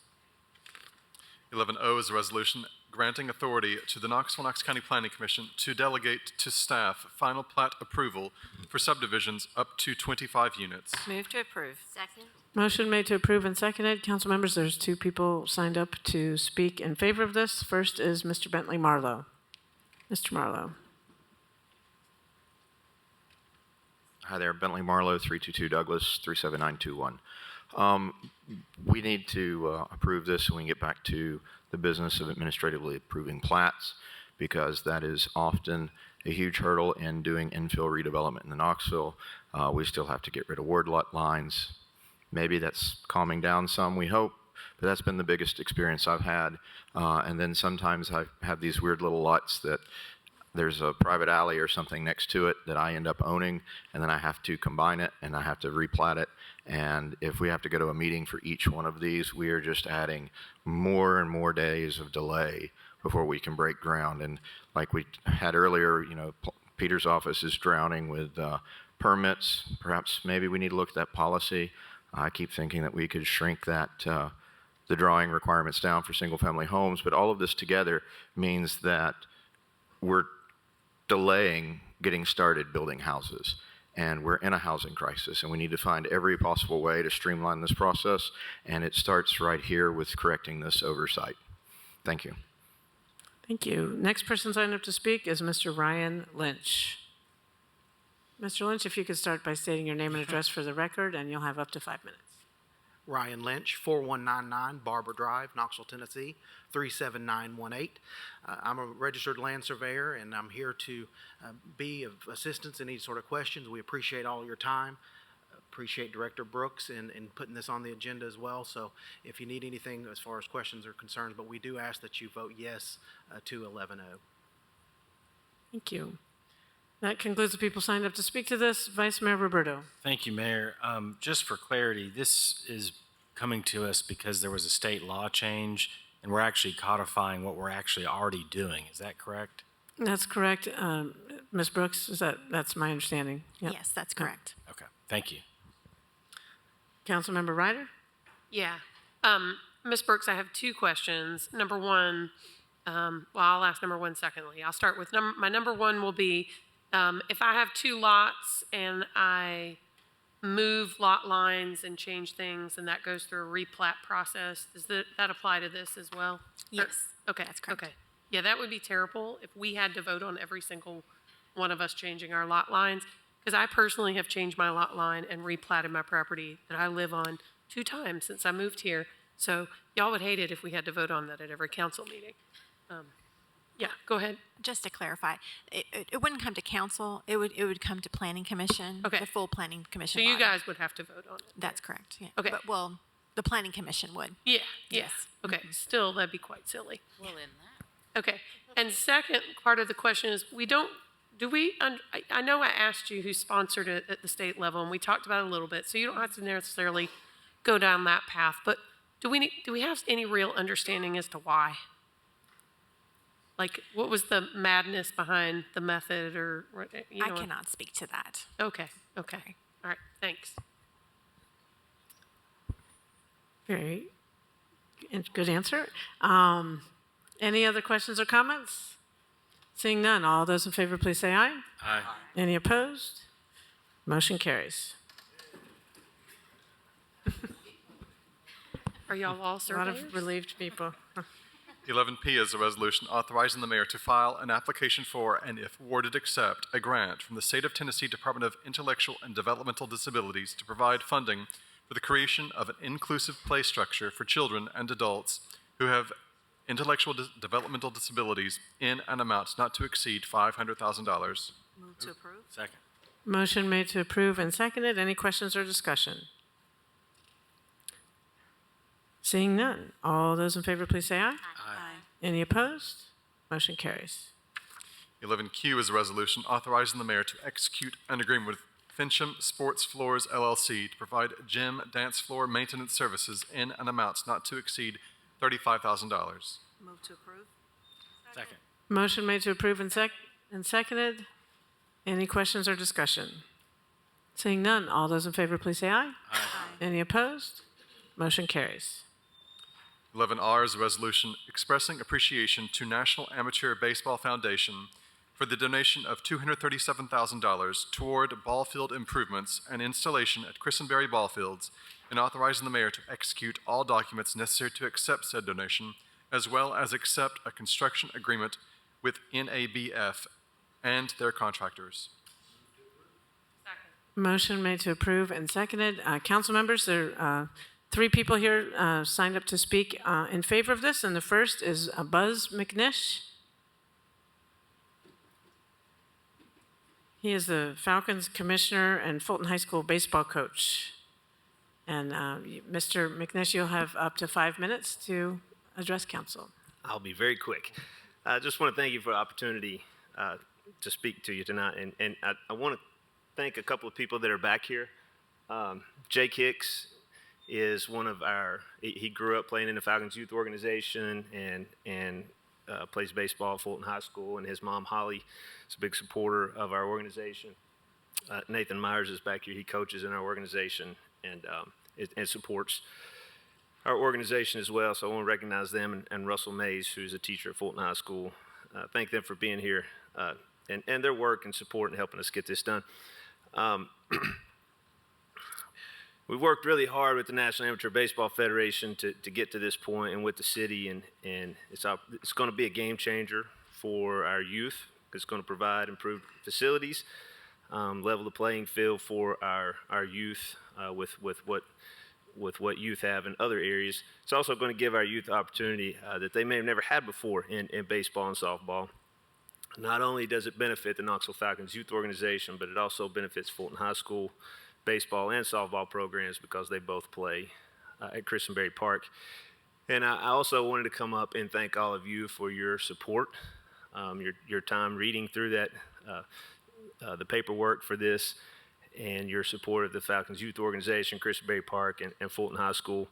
I know many of you know Larry Cox. I know that he would be proud of this opportunity that we have here tonight, and very thankful for your support as well. Thank you. Thank you. Next person signed up to speak to this is Russell Mays. Mr. Mays.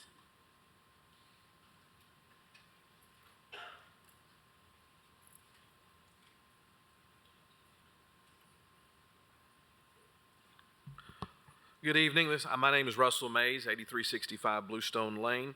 I'm the AV production teacher at Fulton High School, as well as station manager of WKCS Falcon Radio, and also a Fulton football and baseball coach. I'm here today in support of the National Amateur Baseball Federation's donation to renovate Christenberry Park.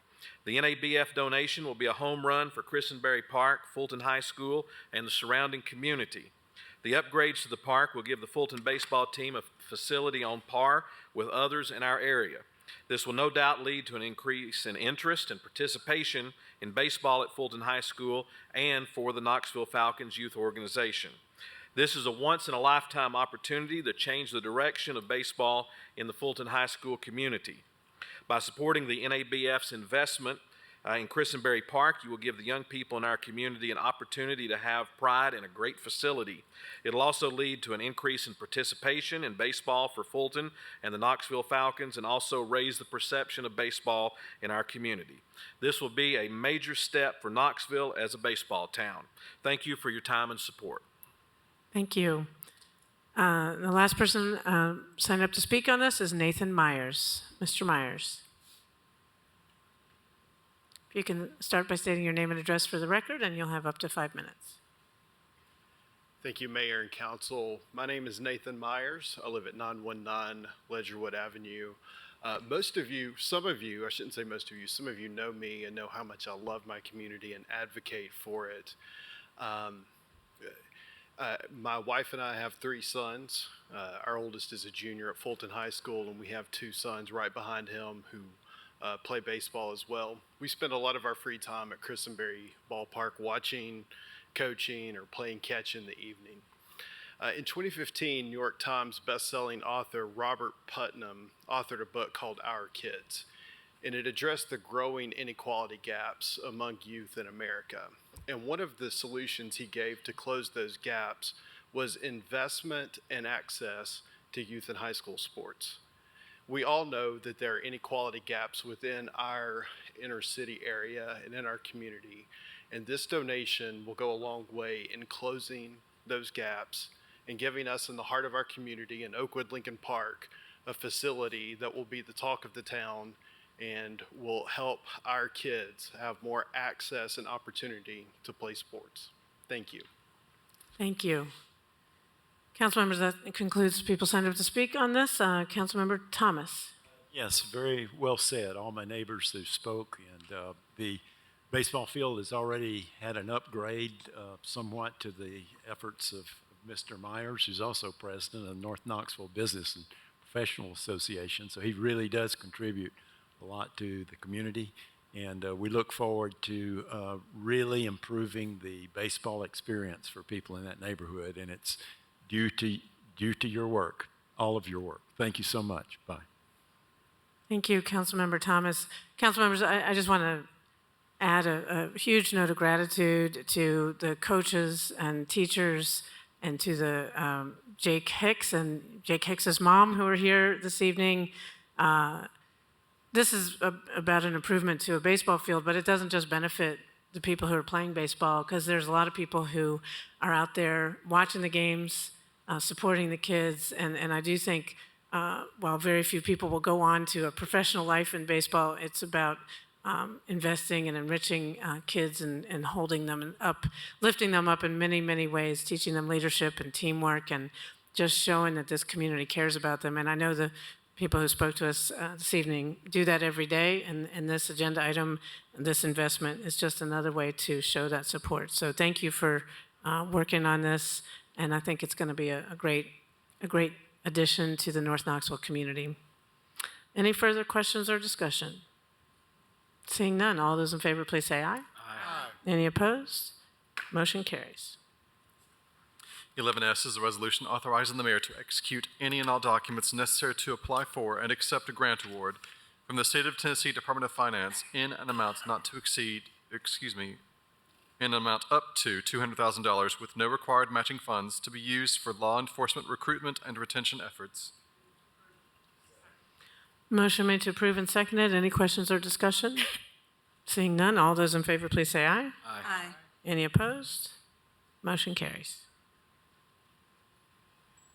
11T is a resolution authorizing the mayor to execute any and all documents necessary to apply jointly with Knox County for the 2023 Edward Byrne Memorial Justice Assistance Grant Award of $154,782 from the U.S. Department of Justice to enhance law enforcement functions through the purchase of equipment, supplies, and technology upgrades, as well as to provide enhanced law enforcement training for the Knoxville Police Department, and if such application is approved, authorizing the mayor to accept such a grant award. Move to approve. Second.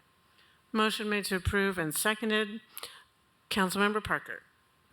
Thank you, Mayor. Would it be, could we get more information on the technology upgrades that are a part of the application, and also the nature of the joint application with the county? Chief Noel. Yes, ma'am. Paul Noel, Police Chief. We talked about this last year. This is the annual grant that we do. We apply jointly with the county, I believe, because of the Homeland Security District. If fully awarded, the formula would be approximately about $109,000 for the city, about $45,000 for the county. But because we have a joint Homeland Security agreement with the county, that's how this grant would have to apply together. We cannot apply separately. And the technology, could you talk more about the technology? Yeah, so this is the 2023 grant. Right now, we're actually on JAG 2020, so we're about 2 to 3 years behind. The DOJ is about 2 to 3 years behind of awarding this. Right now, we're still in the process of putting together our budget for this.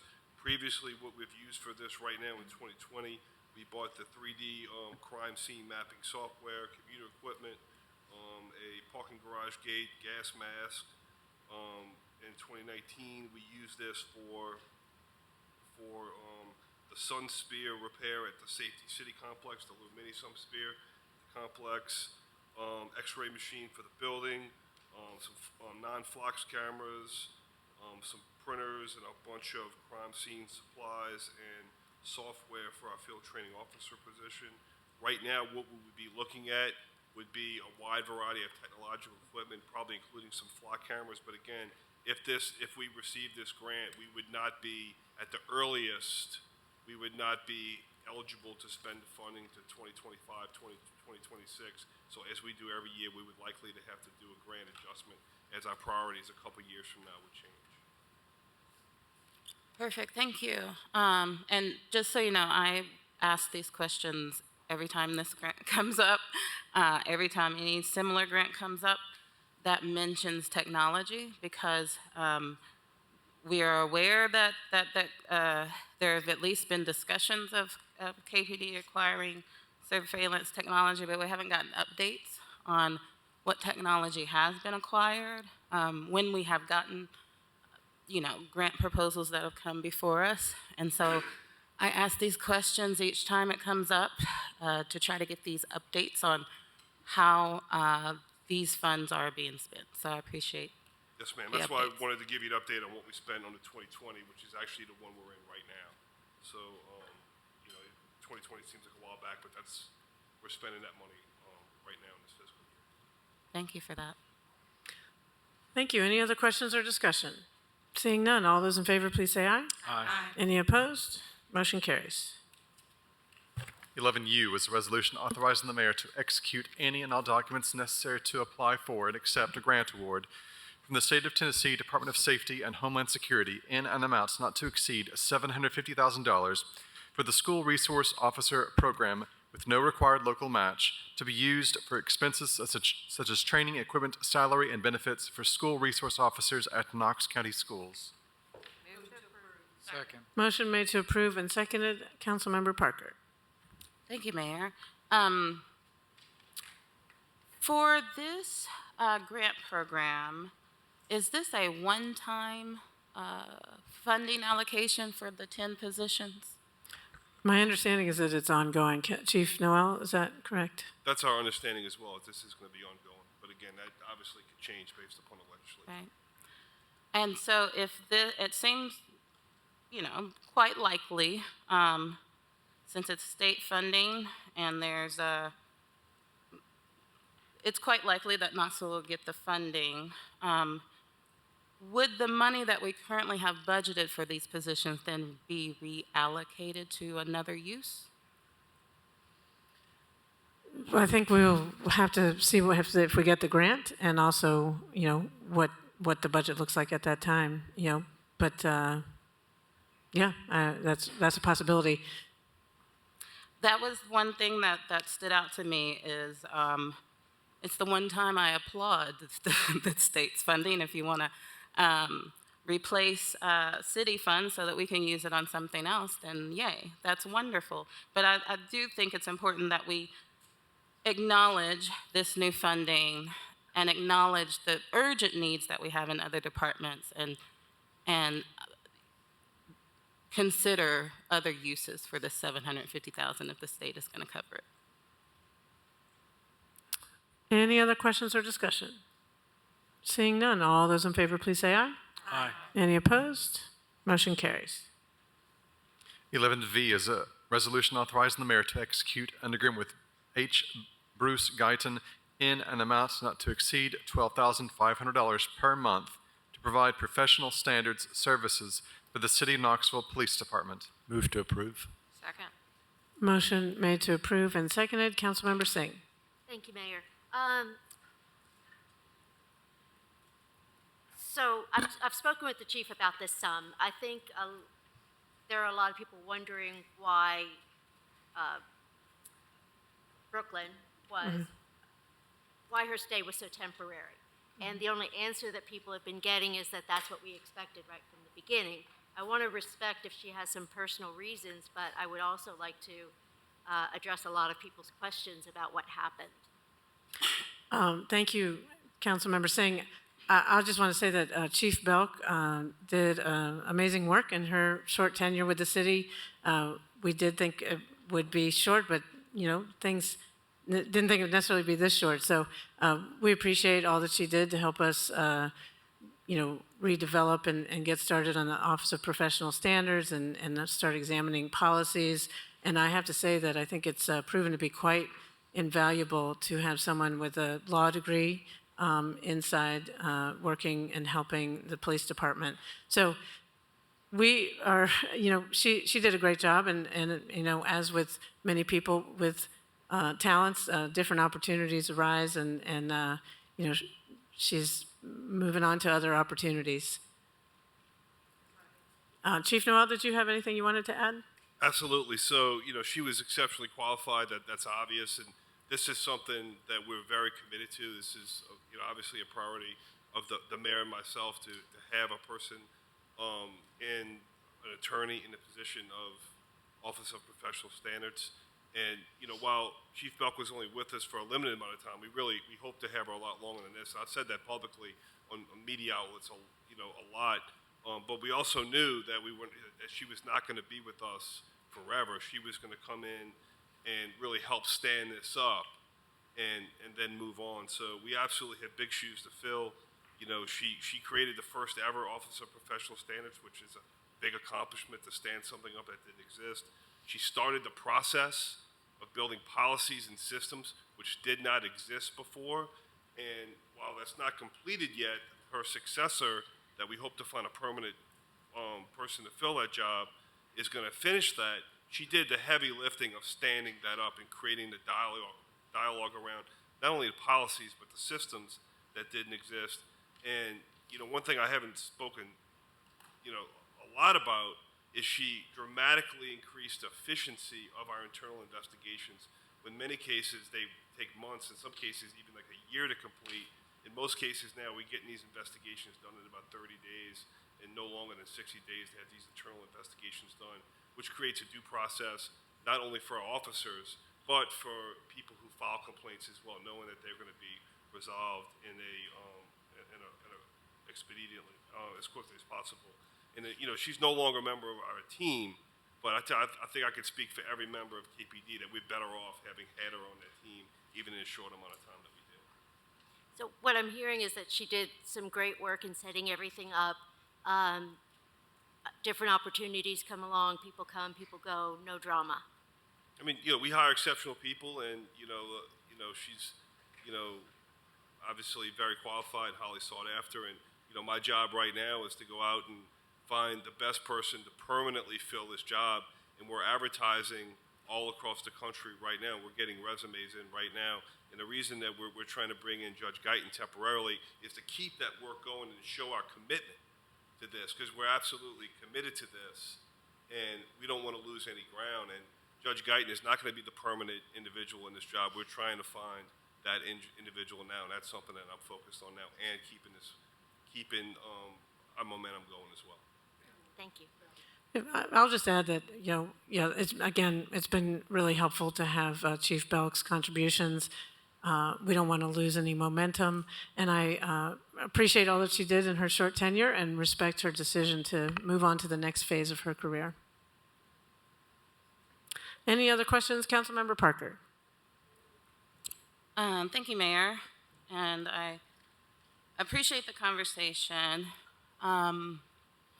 But I do have some concerns, and I did have a chance to speak with the chief about this, and they're somewhat twofold. I believe changes, reforms are needed in terms of internal affairs. I've had complaints brought to me by officers and concerns raised about a lack of trust in that process, in the internal affairs process. And so I agree that that needs to be a priority when we talk about reforms needed within KPD. However, we also have to maintain a commitment to addressing issues of racism and sexism within KPD. And this departure is one that does concern me based on not exact information that we've been shared, but the murmurs that are coming out about what happened. And so one thing that I wanted to lift up is it's important that this reform of internal affairs moves forward, but it's also important that we remain committed to that process. And part of remaining committed to that process means that when we have instances like the need to now replace Belk, that we're able to review what happened and make sure that we are doing what we need to do as a city to support our minority officers who have told us in the past that they have not felt supported within the department previously. Are we giving support to Black staff, to women, so that they aren't getting pushed out of organizations or pushed out of spaces within the city? And if we are quickly to move on and we don't review those moments, then we're not going to be able to address them. And these are tough issues. This is what I've dedicated my career to. These are the tough conversations that I have all the time. And I will tell you, they're uncomfortable and people do not like to have them about, dealing with racism and sexism within the work environment. And so I'm not opposed to this appointment. I wish it did not come before us. Because in my opinion, I cannot imagine really a independent temporary contractor serving in the role that we're asking the judge to serve. Because they're doing the work that a permanent staff person would do. They have to have that authority for this to work. And so I have to trust in this moment that you all believe this person, as an independent temporary contractor, will have the authority to be effective in this role on a short-term basis. So I'll support it tonight, but I encourage us to not lose sight of the work that needs to be done, the difficult conversations that need to be had, the transparency that's needed for our community. It really does so much more good than it does bad to just have some transparency and some honest conversations about what we're experiencing in our city. So that's what I encourage. Thank you. Vice Mayor Roberto. Thank you, Mayor. I appreciate the focus on filling the position quickly and keeping this work going. I think this is a very critical role, and I agree with what I was hearing about. We don't want to, slow down the progress that's being made, so I think this is very important. So I definitely plan on supporting it. Chief, or if there's somebody else who can talk to us about it, the allocation is quite a large one that we're seeing here. Now, I imagine because you're looking for somebody who's got that's a lawyer, and this is a temporary role, that may be leading to what the monetary amount is here. But just wanted to take a couple minutes to maybe let you talk to us about, the justification for the expense here. I think it's a very critical role, but it is a large amount. Absolutely, Vice Mayor. So obviously, Judge Guyton is immensely qualified. He has decades of legal experience here in Knoxville, serving as a federal judge, and also I think the uniqueness of the fact that he is not interested in serving in this position on a permanent basis. He's only coming in as a stopgap. This position could only last several months, and based on his qualifications and the fact that this is only a temporary contract, I absolutely believe that the cost of this contract is absolutely worth it. And if you want to get quality individuals, I think we have to compensate them fairly. Thank you. Any other questions or discussion? Vice Mayor Roberto, your light is still on? Okay. Seeing none, all those in favor, please say aye. Aye. Any opposed? Motion carries. 12A is an ordinance approving the request of Victor Jernigan for an amendment to the Central City Sector Plan from medium-density residential office to mixed-use special district Sutherland North Side for property located at 522 and 524 Victory Street, 6th District. Move to approve. Second. Motion made to approve and seconded. Any questions or discussion? Seeing none, all those in favor, please say aye. Aye. Any opposed? Motion carries. 12B is an ordinance approving the request of Victor Jernigan for a one-year plan amendment from medium-density residential office to mixed-use special district Sutherland North Side for property located at 522 and 524 Victory Street, 6th District. Move to approve. Second. Motion made to approve and seconded. Any questions or discussion? Seeing none, all those in favor, please say aye. Aye. Any opposed? Motion carries. 12C is an ordinance to change the base zoning classification for property located at 522 and 524 Victory Street from RN4 District to CG2 District. Victor Jernigan, applicant, 6th District. Move to approve. Motion made to approve and seconded. Any questions or discussion? Seeing none, all those in favor, please say aye. Aye. Any opposed? Motion carries. Okay, council, we have 3 people signed up for public forum. First is Mr. Zieda. You could come to the podium, state your name and address for the record, and you'll have up to 5 minutes.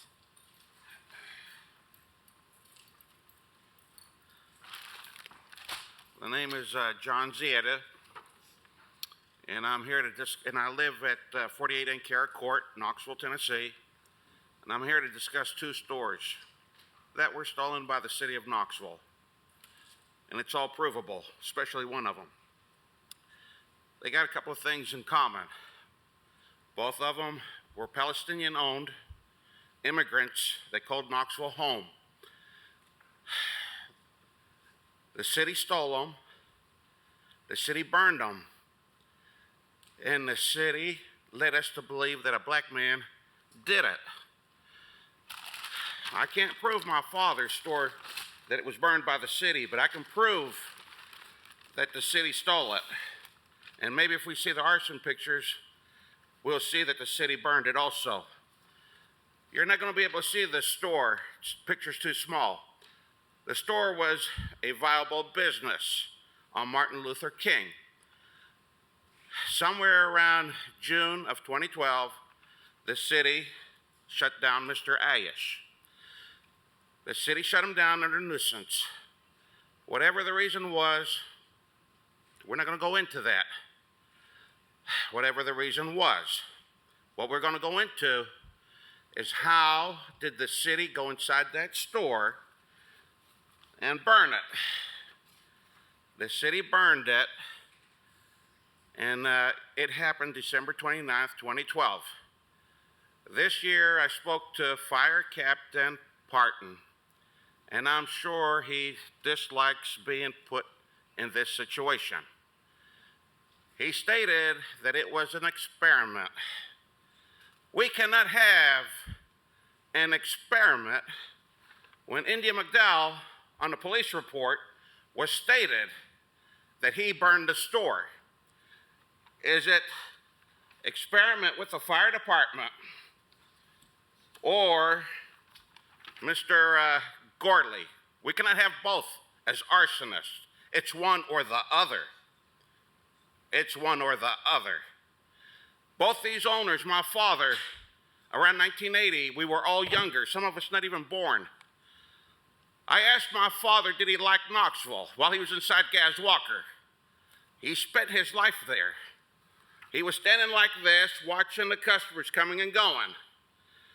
At that moment where he had a chance not to be actively busy, he stated yes, he liked Knoxville. And I remember when Gaz Walker put that sign for the building for sale. It was right in front of my father's car.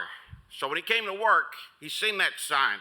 And one day, he decided to buy that store. Who would have thought that this city would go inside these businesses and burn them? I hate to put Stan, I forgot your last name, into this situation. But we're here, and I want to ask you, who burned the store?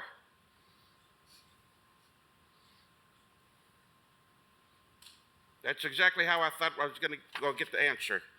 That's exactly the answer I thought. We've got our answer. The city burned it. The city owes my father a check for that store, the store that you people stole. You stole Gaz Walkers from my family. My father worked there 20 years.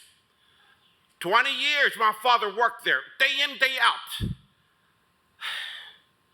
And Mr. Ayish, after the fire was done, the fire department, the arson investigators, mind you, the arson investigators, Darrell Whitaker, he picks up the phone to Mr. Ayish, probably. Now, that part I don't know, but I can imagine. He says, Mr. Ayish, we had a homeless black man inside your store, and he burned it. And nobody burned it but the city. I want a check for my father's store, and I realize I am 60. We can want in one hand and get in another. But nobody in his right, it's bad enough what the Palestinian people put up with in Israel. We put up with a lot of stuff over there. My father said around 1980, he immigrated here in 1953. He said around 1950, when he was 17, 18 years old, he said he seen fire coming out of the sky. He never described what it was, and he didn't say an airplane. Thank you, Mr. Just a Zieta. fire. That concludes your 5 minutes. Yes, ma'am. Thank you very much. Who would have thought? Mr. Who Zieta. would have thought that this city would burn the store? Thank you for your time. This is not finished. I promise you. Mr. Zieta, thank you for your time. And I do thank you, all of you. I've been with this subject a long time, every day, every night. Who would The have next thought? person signed up to speak at public Yes, forum ma'am. is Mr. Robert Burrow. Mr. Burrow? Mr. Burrow. Who would have thought, goddamn, excuse the expression, who would have thought? Is Mr. Burrow present? I'm leaving. Who Okay. would have thought? The next Mr. person Knoll, signed I know up to you have nothing speak. to do with it. You weren't here in 2012 or in 1993. Next person signed up to speak is Constance Every. Miss Every?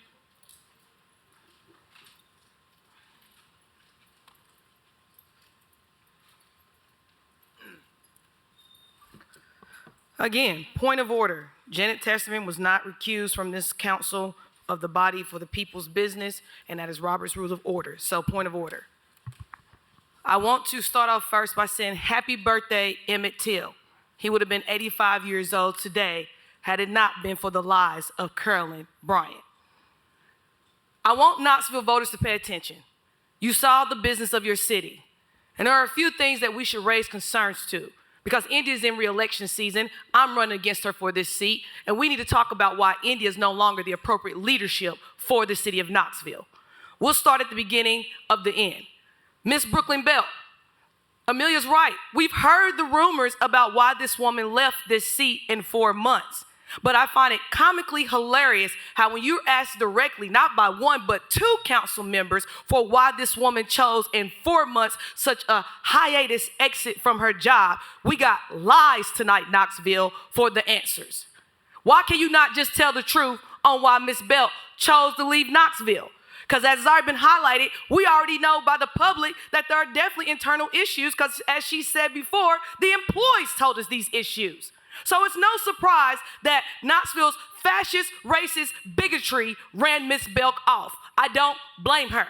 I was in conversation with Belk myself, and I warned her, do not become part of the catalog of black faces for white supremacy in Knoxville. They're great at tokenism here, and you don't want to be a part of those issues because you are new here. Don't get caught up in the mess of Knoxville.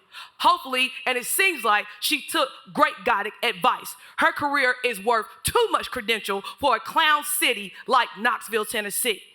More importantly, let's also talk about the games because y'all continue to play the games. Hey, Knoxville, isn't it true that this council had 4 years to come up with creative construction of affordable housing?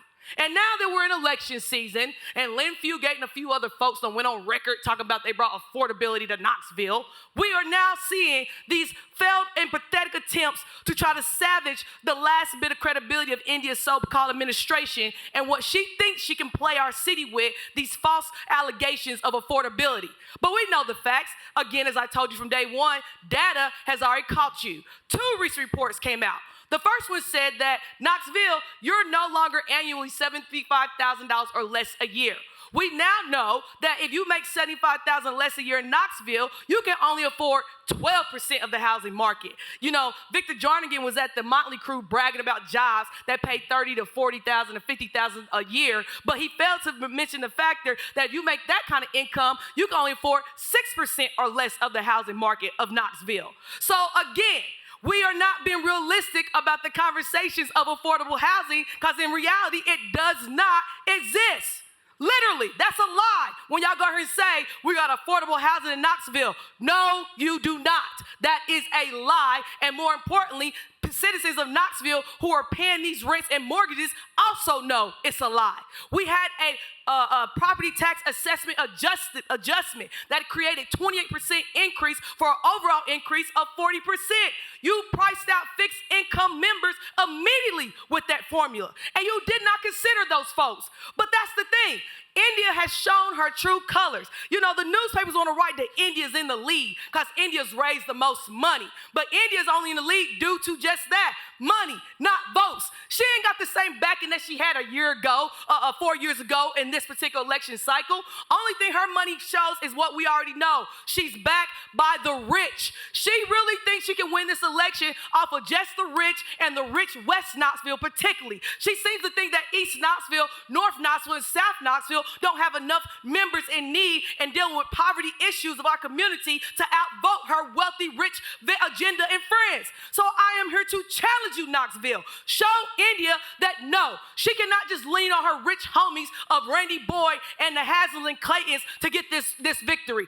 No, she cannot miss out on public meetings. No, she cannot continue to ignore our voices. No, she cannot continue to act like she's a worker of the community when she don't even work with heart. How many times have you sat down with Rooted East and Battlefield Farms who are dressed in food apartheid in our communities? How often have you met with Nasser Root Khaledi, Tennessee Harm Reduction, and Sleep Denise, who's been doing the grassroots trench work of the homelessness? Exactly my point. So when you ask me about how I can work with folks, those are people I work with. But ask India, how many grassroots connections do she have and who does she work with? We have 2 debates coming up, August the 1st and August the 2nd. Be there, Knoxville, because I guarantee you, you don't want to miss it. I yield my time. Council, that concludes public forum. Without objection, this meeting is adjourned.